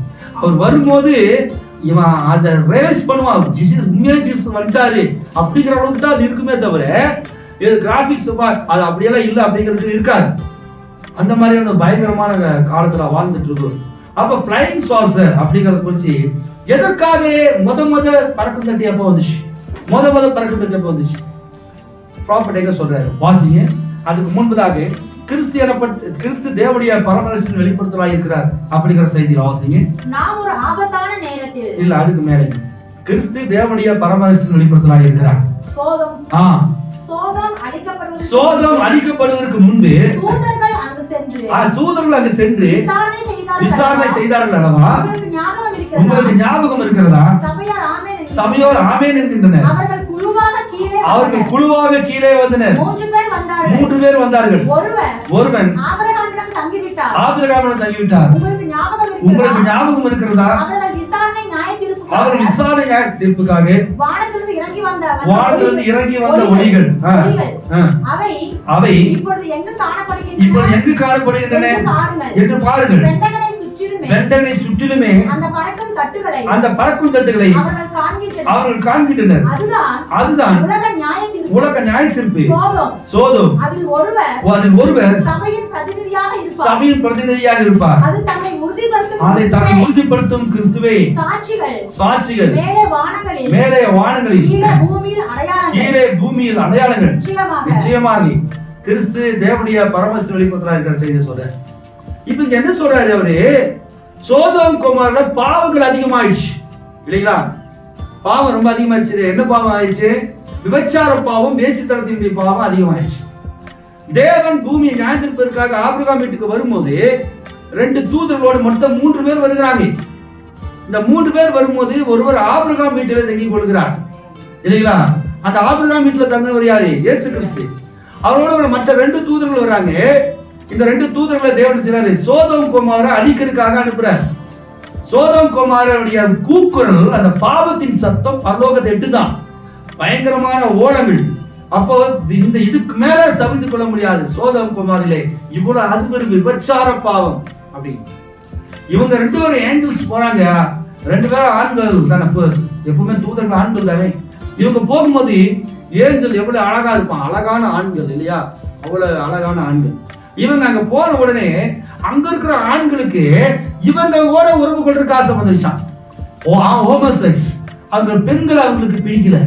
ஆண்களோட ஆண்கள் அவலட்சணமாய் பிறப்பிக்கத்தக்கதானே அந்த ஓரின சேர்க்கையில அந்த சோதோம் குமார் அதிகமாக இருந்துச்சு இல்லைங்களா? அதான் ப்ராஃபட் சொல்றாரு, நோவாவின் நாட்கள் நடந்தது போல மனுஷகுமார காலத்தில் நடக்கும், லோத்தினுடைய காலத்தில் நடந்தது போல மனுஷகுமார காலத்தில் நடக்கும். லோத்தினுடைய காலத்தில் இருந்துச்சு ஆண் புணர்ச்சிகள், ஆணுக்கு ஆண் பெண்ணுக்கு பேர். இன்னைக்கு வலைதளங்கள்ல பாருங்க, ஆம்பளை கல்யாணம் பண்ணிக்கிறான், லவ் பண்ணிக்கிறான், ஹோமோசெக்ஸ், அதான் ஆண் புணர்ச்சி. பெண்ணுக்கு பெண், ஒரு பெண் இன்னொரு பெண்ணை கல்யாணம் பண்ணிக்கிறான், ஒரு ஆண் இன்னொரு ஆணை திருமணம் பண்ணிக்கிறான். ஆண்களுக்கு பெண்கள் மேல இருக்கிற ஈர்ப்பு குறைஞ்சிருச்சு, பெண்களுக்கு ஆண்கள் மேல இருக்கிற ஈர்ப்பு குறைஞ்சிருச்சு. பொம்பளை ஆம்பளை கண்டு உருவன காலம் போய் இப்ப ஒரு பெண் இன்னொரு பெண்ணை கல்யாணம் பண்ணிக்கிறான். அதே மாதிரி ஒரு ஆண் பெண்ணை விரும்புறது காலங்கள் மாதிரி ஒரு ஆண் இன்னொரு ஆண் என்ன செய்யறான், கல்யாணம் பண்ணிக்கிறான். அப்போ இந்த கர்த்தருடைய பார்வையில் எப்படி இருக்கிறது, அருவருப்பா இருக்கிறது. ஆணுக்கு ஆண் அவலட்சணமாய் பிறப்பிக்கத்தக்கதாக விபச்சாரம், வேசித்தனம், அசுத்தம், காம விகாரம், தேவனுக்கு விரோதமான பாவம், தேவனுக்கு பிரியமில்லாத காரியம். இந்த காரியம் அதிகமானதுனால இது பரலோகத்துக்கு போதும். நம்ம செய்யற பாவங்கள், நம்ம ஜெபம் பண்றதை காட்டிலும் பாவங்களை செய்யுமா அதிக ஸ்பீடா போகும். பரலோகத்துல போனோம்னு யாருக்குமே தெரியாது அப்படின்னு செய்யற பாவம் இருக்கு பாத்தீங்களா, அந்த பாவம் இருக்குது நேரா பரலோகத்துக்கு போகுது, ஸ்பீடா போகுது.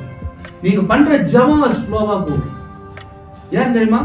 தானியேல் ஜெபம் பண்ணி ஆரம்பிச்சு எப்ப போச்சது, 21 நாள் கழிச்சுதான் ரீச் ஆகுது. போஸ்ட் போட்டது 21 நாளைக்கு முன்னாடி, போஸ்ட் போய் கிடைச்சது கொரியர் போய் சேருது 21 நாள் கழிச்சு போகுது. ஏன் தெரியுமா? வானமண்டலங்களில் பொல்லாத ஆவிகளின் சேனைகள் செய்து அந்த பிரேயரை போக விடாம டிஸ்டர்ப் பண்ணுது. இதை தாண்டிதான் அது 21 days ஆகுது போய் சேருது. ஆனா தானியேல் ஒருவேளை பாவம் செஞ்சிருந்தான்னு வச்சுக்கங்களேன், டைரக்டா அது போகும், அதுக்கு எந்த தடையும் இருக்காது. நீங்க தனியா பார்க்கிறதானே உங்களுடைய சாட்டுகள், உங்க ஆண் நண்பர்களை வைத்துக் கொண்டு பெண் நண்பர்களை வைத்துக் கொண்டு பேசுகிற காரியங்கள், கர்த்தருக்கு விரோதமா செய்யற அத்தனை காரியங்கள் என்ன செய்யுமா, ஸ்பீடா போகும், ஜபம் ஸ்லோவா போகும். அதனாலதான் அப்ப அதுக்குரிய ஆசீர்வாதம் உங்களுக்கு வரும். பாவம் அங்க போச்சுனாக்க தேவன் சோதோமுடைய பாவம் பரலோகத்தில் இருந்ததுனால தேவனே இறங்கி வர வேண்டியதா இருந்துச்சு. பாருங்க, தேவன் எதுக்கு இறங்கி வராரு? நல்லது செய்யறதுக்கு கிருபை கொடுக்கறதுக்கு மட்டும் அவர் இறங்கி வரல, நியாய தீர்ப்புக்காக வராரு. தேவனே இறங்கி வராரு சோதோம் குமார் அழிப்பதற்கு. அப்படின்னா எப்படிப்பட்ட பாவமா இருக்கும்? அவர் நினைச்சிருந்தா தூதர்களை மட்டும் அனுப்பிச்சு போப்பா சோதோம் குமார் அழிச்சிட்டு வாப்பா அப்படின்னு சொல்லியிருக்கலாம். ஆனா அவர் என்ன செய்யல, தேவனே இறங்கி வராரு. ஆனா இறங்கி வரும்போது 2 வேலை செய்யறாரு. என்ன செய்யறாரு தெரியுமா? ஆபிரகாமை விசிட் பண்றாரு. ஆபிரகாம் பார்த்துட்டு, நான் போய் கீழே இறங்கி போய் ஆபிரகாம் பார்த்துட்டு அதுக்கு பிறகு என்ன செய்வான், சோதோம் குமார் ஒரே ட்ரிப்ல 2 பண்ணிட்டு வந்தோம். அவ்வளவுதான், ஒரே விசிட்டிங். ஒருத்தருக்கு கிருபை கொண்டு வராரு, இன்னொருத்தருக்கு ஜட்ஜ்மெண்ட் நியாயத்துக்கு கொண்டு வராரு. அங்கிருந்து இறங்கி வந்தோடனே ஆபிரகாம் வீட்டுக்கு போறாரு. போயிட்டு என்ன செய்யறாரு, வார்த்தையினாலே ஒரு கற்பத்தை என்ன செய்யறாரு, உருவாக்குறாரு. நான் திரும்ப வரும்போது என்ன செஞ்சிருப்பா, அவ சாரால் ஒரு பிள்ளையை பெற்றெடுத்திருப்பா அப்படிங்கிற மாதிரி வர வாக்கு தத்துவத்தை கொடுக்கிறார் ஆபிரகாமுக்கு. அனதர் சைடு டெஸ்ட்ரக்ஷன் அழிக்கிறதுக்காக வராது.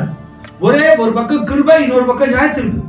இந்த 7 முத்திரைகள் வெளிப்படும் போது, பெடபுல தூதன் வெளிப்படுத்தல் 10ஆம் அதிகாரத்தில் வருகின்ற பொழுது இந்த கிருபையின் செய்தி இப்ப நம்ம இறங்கும் போது புறஜாதிகளுக்கு, ஸ்தாபனத்தாருக்கு, ரட்சிக்கப்படாத ஜனங்களுக்கு அது எப்படி ஜட்ஜ்மெண்ட் மெசேஜ், ஜட்ஜ்மெண்ட் அல்ல, ஜட்ஜ்மெண்ட் மெசேஜ், நியாயத்தீர்ப்பின் எச்சரிப்பு.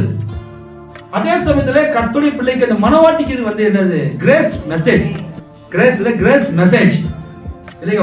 ஒரு பக்கம் கிருபை கொண்டு வராரு, இன்னொரு பக்கம் நியாயத்தீர்ப்பு கொண்டு வராரு. ஆனா பெடபுல தூதன் கீழே இறங்கி வந்தார். ஒரே ட்ரிப் தான், ஒரு ட்ரிப்ல 2 பேர் முடிப்பார். ஆபிரகாம் வீட்டுக்கு போன அதே இடத்துல 2 தூதர்கள் அனுப்பி போய், நான் இங்க ஆபிரகாம்கிட்ட பேசிட்டு இருக்கிறேன், நீ போய் செஞ்சுட்டு வா, அழிச்சிட்டு வா அப்படின்ட்டு 2 பேரும் போறாங்க.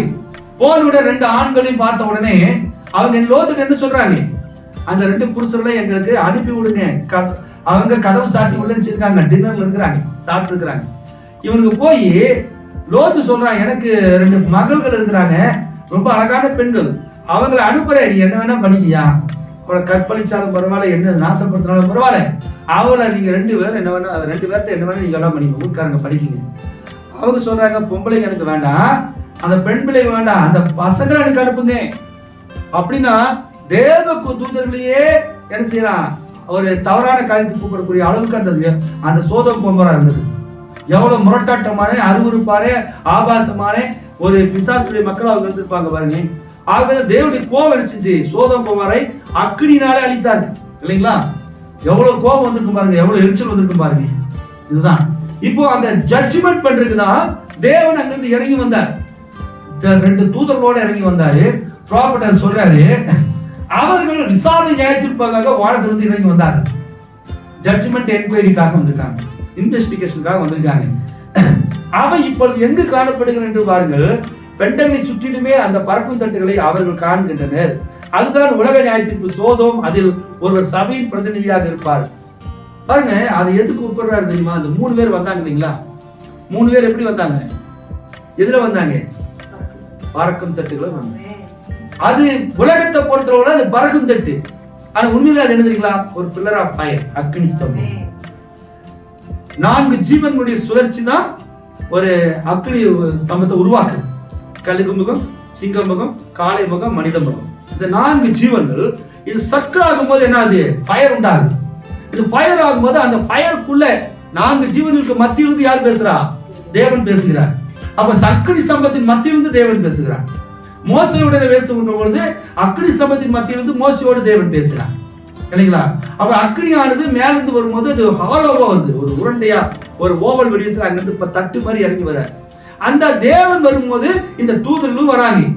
So investigation vehicle of the god அப்படிங்கிற பறக்கும் தட்டு என்பது என்ன?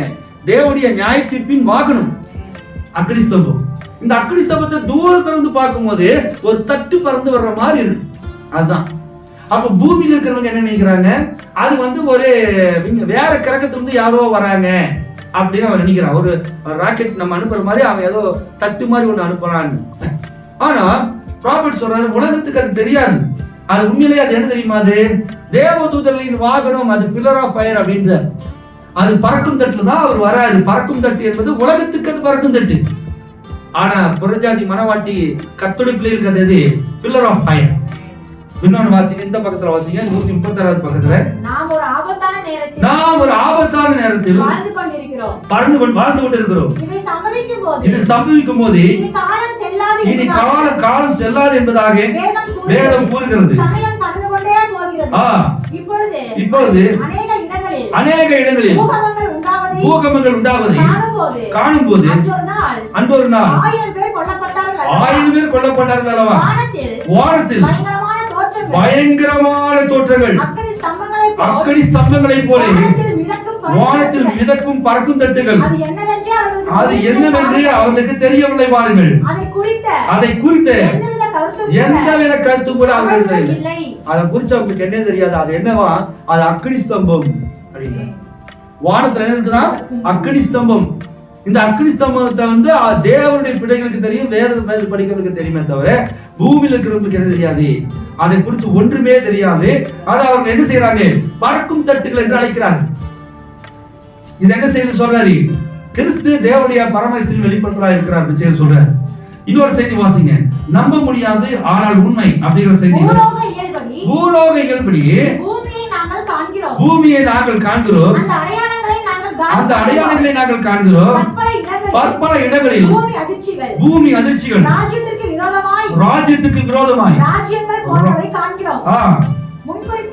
முன்னறிவிக்கப்பட்ட காரியங்கள் நிகழ்வதை நாங்கள் காண்கிறோம்.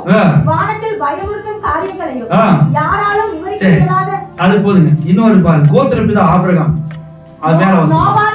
நோவாவின் நாட்களில் நடந்தது போல மனுஷகுமாரன் வரும் நாட்களில் நடக்கும். ஏனெனில் அவர்கள் புசித்தார்கள், குடித்தார்கள், பெண் கொண்டும் கொடுத்தும் பெரிய கட்டிட திட்டங்களை நாம் உலகத்தை கவனிப்போம்.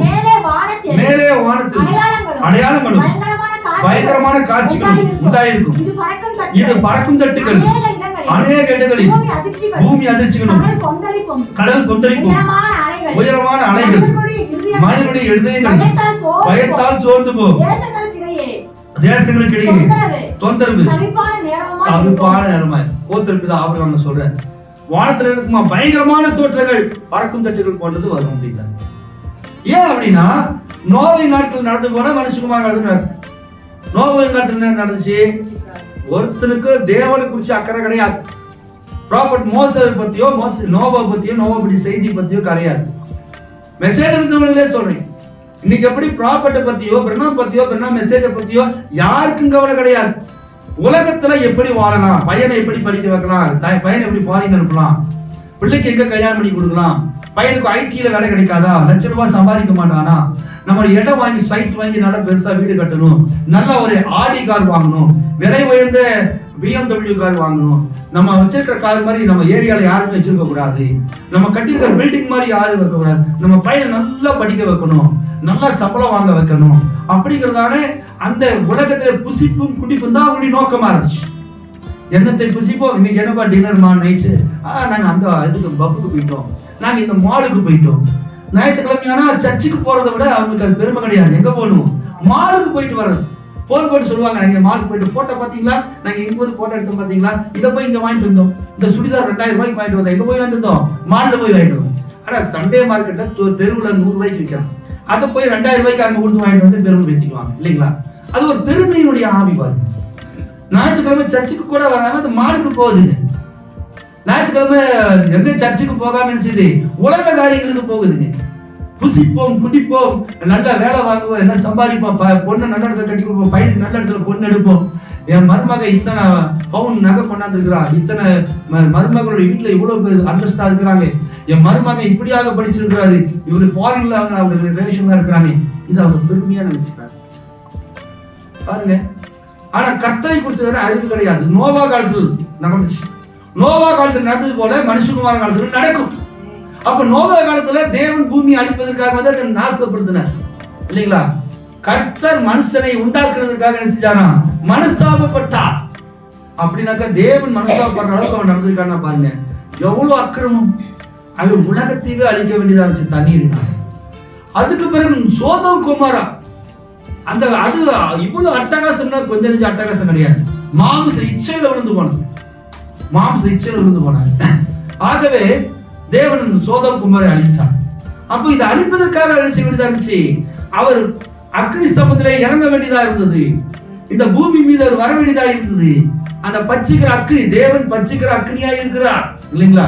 இந்த தேவன் அங்கிருந்து வரும்போது அங்க சொல்றாரு, அதுதான் உலக நியாயத்திற்கு. சோதோம் அதில் ஒருவர், அந்த பறக்குந்தட்டுல ஒருவர் சபையின் பிரதிநிதியாக இருப்பார், அது தம்மை உறுதிப்படுத்தும் கிறிஸ்துவே. அந்த பறக்குந்தட்டுல வர்ற ஒருத்தர் யாரு, சபையின் பிரதிநிதி, ரெப்ரசன்டேட்டிவ் ஆஃப் சர்ச். இவர் யாரா, கிறிஸ்து. கிறிஸ்து இறங்கி வராரு பாருங்க. கிறிஸ்து வர்றது, நீ பரிசுத்தமா இருந்தாக்கா உங்க இடத்துல கிறிஸ்து வந்தா என்ன செய்வாரு, கிருபை கொடுப்பார். நீ தேவனுக்கு விரோதமா இருந்தா கிறிஸ்து உங்கள்கிட்ட வருவார். எதுக்கு வருவாரு, தோலை உரிக்கிறதுக்கு வருவார். நமக்கு தேவனுக்குள்ள உண்மையா இருந்து தேவனுக்கு பிரியமா இருக்கிறபடி நம்முடைய வாழ்க்கை இருக்குமானால் கிறிஸ்து வந்தா நல்லது. மாதிரி என் பிரியமே ரூபவதி அப்படின்பாரு. ஏதாவது தப்பு பண்ணிட்டு உட்கார்ந்து இருந்தாக்கா என்ன ஆகும், வந்தோடனே புதுசா வந்தோடனே முடிய பிடிச்சி பழிச்சு 4 கிலோ இருப்பாரு, தோடு எடுப்பாரு பாருங்க. அந்த மாதிரி உலக பிரகாரமான வாழ்க்கை, ஜபம் இல்லாத வாழ்க்கை, பைபிள் படிக்காத வாழ்க்கை, பரிசுத்தம் இல்லாத வாழ்க்கை, புறம் பேசுகிற வாழ்க்கை, அடுத்தவருடைய குடும்பங்களை கெடுக்கிற வாழ்க்கை, பெருமை அடிக்கிற வாழ்க்கை, எப்ப பார்த்தாலும் தொலைக்காட்சி முன்னாடி இருந்து உலக காரியங்களை பார்க்கிற வாழ்க்கை, கர்த்தருக்கு பிரியமில்லாத காரியங்களை சொல்றது, பொய் பேசுறது, மற்றவங்களை குறித்து பொய் பேசுறது, இவன் இப்படி சொன்னா அவன் அப்படி சொன்னா, இவன் இப்படி சொன்னா அவன் அப்படி சொன்னா அப்படிங்கிறது, அல்லது தன்னை குறித்து மேன்மை பாட்டுறது, அவங்க என்னை இப்படி பார்த்தாங்க அவங்க என்ன இப்படி பார்த்தாங்க, தன்னை குறிச்சே பெருமை அடிக்கிறது, ஆண்களா இருந்தாக்க பெண்களை பத்தி பேசுறது, பெண்களா இருந்தா ஆண்களை பத்தி பேசுறது, இந்த மாதிரியான தற்புகழ்ச்சிகளை வந்து கர்த்தர் அறிஞ்சிருக்கிறார். வாழ்க்கையில ஜபமும் கிடையாது, பைபிள் ரீடு கிடையாது. அப்ப தேவன் நம்ம வீட்டுக்கு வருவார். எதுக்காக வர தெரியுமா, சாபத்தை கொடுத்து. இந்த சோதோம் குமாருக்கு கிறிஸ்து வந்தாரா இல்லையா, அந்த பூமிக்கு வந்தாரா இல்லையா, பூமிக்கு வந்தாரு, ஆபிரகாம் வீட்டுல தங்கிட்டாரு. சோதோம் குமார் பக்கத்து ஏரியாதா போய் அழைச்சிட்டு வந்துட்டு, உங்க வீட்டுக்கு வாசல்ல வருவார் கிறிஸ்து. ஆனா உங்க வீடு அடிச்சுட்டு நாசமா போயிடும். கர்த்தருக்கு பிரியமாய் நடக்காத வாழ்க்கை அப்படிதான். ஏதோ வாரமான சர்ச்சுக்கு வரோம், வாரமான செய்தி கேட்கிறோம், அப்படியாக இல்லை. ஒரு தனிப்பட்ட வாழ்க்கையில ஒவ்வொரு நிமிஷமும் கிறிஸ்துவுக்காக நீங்க ஜீவிக்கணும். ஒரு செய்தி கொடுக்கின்ற பொழுது அந்த செய்தியோட உள்ள அர்த்தம் உங்களுக்குள்ளாக கிராஸ் பண்ணி, நான் ஒரு மணி நேரம் பேசினாலுமே உங்களுக்கு 3 மணி நேரம் செய்தி அனுப்பிச்சு உங்களுக்கு உருவாகும். அதன் பரிசுத்தா. எப்படி உலக காரியங்கள் ஒன்று சொன்னாக்க அது 9 நமக்கு புரியுது இல்லைங்களா? ஒரு சீரியல் பார்க்கும்போதோ சினிமா பார்க்கும்போதோ அந்த கதை முடியறதுக்குள்ள அந்த கதை ரிசல்ட் நமக்கு தெரிஞ்சிருது இல்லை, இப்படிதான் முடியும் நம்ம சொல்றோம் இல்லையா? அடுத்த வரைக்கும் இப்படி சொல்லுவான், அடுத்த வரைக்கும் இப்படி சொல்றேன், முன்கூட்டியே இவங்க தான் கதை எழுதுன மாதிரி சொல்லிடுறாங்க இல்லையா? அது என்ன ஆவி? அந்த டைரக்டருக்குள்ள அந்த கதாசிரியருக்குள்ள என்ன ஆவி இருந்துச்சோ அந்த ஆவி நமக்குள்ள இருக்குது. அதான் விஷயம். மனிதனுக்குள்ள இருக்கிற ஆவி மனுஷனை பகுத்தறிகிறது போல தேவனுக்குள்ள இருக்கிற ஆவி தேவனுடைய ஜனங்களை செய்யுமா? பகுத்தறியுமா? அப்ப தேவனுடைய வார்த்தை நீங்க பகுத்தறிவீங்க. அப்போ இந்த விசாரணை நியாயத்தின் ஜட்ஜ்மெண்ட் வெஹிக்கிள், நியாயத்தீர்ப்பின் வாகனம் தான் இந்த பில்லர் ஆஃப் ஃபயர். இதைத்தான் ஜனங்க என்ன செய்யறாங்க? அவங்க பறக்கும் தட்டுகள் என்று அழைக்கிறார்கள். ஆனா தீர்க்கதரிசி என்ன சொல்றாரு? அவங்க பறக்கும் தட்டுன்னு நினைக்கிறாங்க. இந்த தீர்க்கதரிசி சொல்றாரு தேவனுடைய நியாயத்தீர்ப்பின் வாகனம் அப்படின்னு. வாசிங்க அடுத்த பக்கத்துல. இது அறியாமல் இருக்கிறாயா? வாசிங்க. பாருங்கள் பறக்கும் தட்டு என்னவென்று உலகம் அறியாமல் இருக்கிறது. பறக்கும் தட்டு என்னவென்று உலகம் அறியாமல் இருக்கிறது. ஆனால் உங்களுக்கு தெரியும். அது என்னவென்று நமக்கு தெரியும். அது என்ன நடக்கிறது என்று பார்த்து நியாய விசாரிப்பதற்காக வரும் தூதர்கள் பாருங்க. என்ன தெரியுமா? அது உலகத்துக்கு தெரியாது, உங்களுக்கு எனக்கு தெரியும். நியாயத்திற்காக வரும் தூதர்கள், விசாரணை தூதர்கள். அடுத்ததுங்க, அது பென்டகன் போன்ற வேவு பார்க்கும் இடத்துக்கு வந்து அவர்கள் மின்னலை போல அங்கிருந்து வேகமாக சென்று விடுகின்றனர். அவர்கள் என்னவென்று அவர்கள் கண்டுபிடிப்பதற்கு முன்னமே அவர்கள் மறைந்து விடுகின்றனர். பாருங்கள், அது என்னவென்று அவர்களுக்கு தெரியாது. அவர்கள் என்ன வேண்டுமானாலும் நினைக்கட்டும். அதை அவர்கள் பறக்கும் தட்டுகள் என்று அழைக்கின்றனர். அவர்களுக்கு தெரியாது. அவங்களுக்கு பொறுத்தளவுல பறக்கும் தட்டுன்னு நினைக்கிறாங்க. சின்ன வயசுல எங்களுக்கு பறக்கும் தட்டுகளை எங்களுக்கு என்ன தெரியுமா தெரியும்? நான் இங்க சின்ன பையனா இருக்கும் போது அவர் அவன் பேர் அந்த பையன் அபிஷேக், அவன் மாதிரி 5வது 6வது படிக்கும் போது எல்லாத்துக்கும் ஸ்கூலுக்கு சோறு போட்டாதான் ஸ்கூலுக்கு போவாங்க.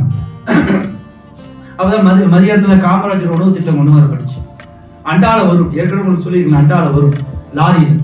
அந்த சாப்பாடு மதியானம் போடுறதுனால அது சாப்பிடுற. காலையில எங்களுக்கு சாப்பாடு கிடையாது, வீட்டுல ஒன்றும் கிடையாது.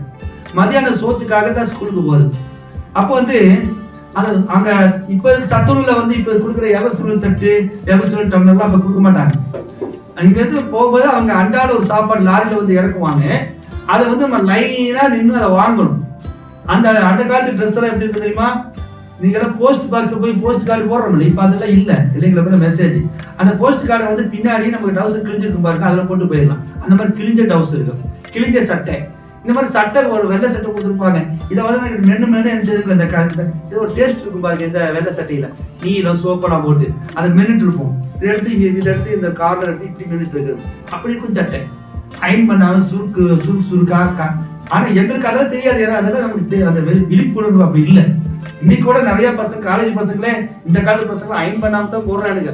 குதிரைக்கால் மாதிரி பேண்ட் போட்டு திரியிறானுங்க இல்லைங்களா? ஆனா அவங்களுக்கு அது புரியுறது இல்லை. என்ன வரை நல்லா ட்ரெஸ் பண்ணுங்கடா அப்படின்னா அவங்களுக்கு புரியுறது கிடையாது. அவங்க என்ன நினைக்கிறாங்க? ரொம்ப நாகரீகமா இருக்கிறோம் அப்படின்னு. பிள்ளைங்களுக்கு சுடிதார் போடுதுங்க, அப்பெல்லாம் அயன் எல்லாம் பண்றது இல்லை, அப்படியே போட்டுதான் போகுதுங்க. அவங்களுக்கு ரொம்ப அழகா இருக்கிற மாதிரி அவங்க நினைச்சுக்கிறாங்க. விழிப்புணர்வு கம்மி இல்லைங்களா? அப்ப அந்த மாதிரி நாங்க அந்த காலத்துல சின்ன பசங்களா இருக்கும்போது இருந்தோம். சோத்துக்கு சிங்கி அடிக்கிற காலம். அப்ப மதியான சோத்துக்கு லைன்ல நிற்போம். இந்த மாதிரி பாக்குறதுக்கே ஒரு கண்ணை கடூரமா இருக்கும். இருந்தாலும் அந்த காலத்துல வேற வழி இல்லை. அதை போட்டு பிள்ளைங்க ப்ளூ கலர் ஸ்கர்ட் ஒன்று, ஒரு வெள்ளை கலர் சட்டை, அதுவும் எதாவது இருக்கும். பாட்டத்தலை பார்த்தா அப்படி இப்படி எல்லாம் இருக்கும். அதெல்லாம் அந்த காலத்துல அந்த பிள்ளைகளை பார்க்கறது எங்களுக்கு பெரிய தேவதைகளை பார்க்குற மாதிரி இருக்கும். இந்த மாதிரி இன்னைக்கு பார்த்தா அது இடம் பண்ணி மேய்க்கிறது மாதிரி இருக்கும். அந்த காலத்துல இருக்கும். ஆனா அன்னைக்காக எங்களுக்கு பெரிய பெருசா தெரியும். எல்லா லைன்ல நிப்போன்னு வைங்க வச்சு. அப்போ சாப்பாடு தட்டு சாப்பாடு சாப்பிட்ற மட்டன் கிடையாது. தட்டு மூடி வைக்கிற காய்ச்சடிக்கு மூடி வைக்கிற தட்டு இருக்கு பாத்தீங்களா, லேசா. அந்த அதைத்தான் பையனை சொல்லிட்டு போறது. பையெல்லாம் கேன்வாஸ் பேக்கு, இந்த மாதிரி இப்ப இருக்க தோல் பேக்கு, ஷோல்டர் பேக் எல்லாம் கிடையாது.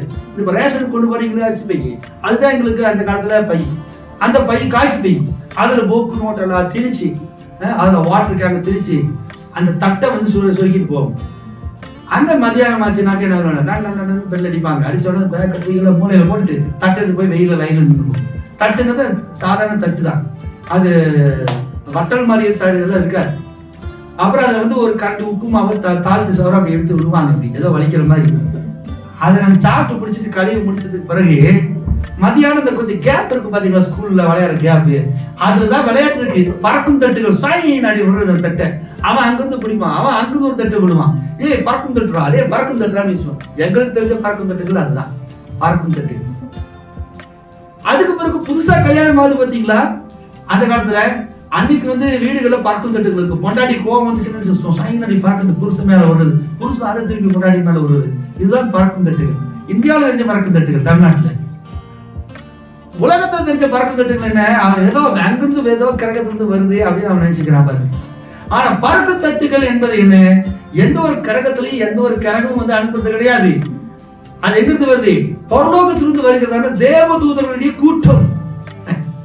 தேவன் நம்முடைய தேவதூதர்களோடு இறங்கி வருகிற அந்த வாகனம் தான் பறக்கும் தட்டுகள். அதாவது அக்னி ஸ்தம்பம், பில்லர் ஆஃப் ஃபயர்.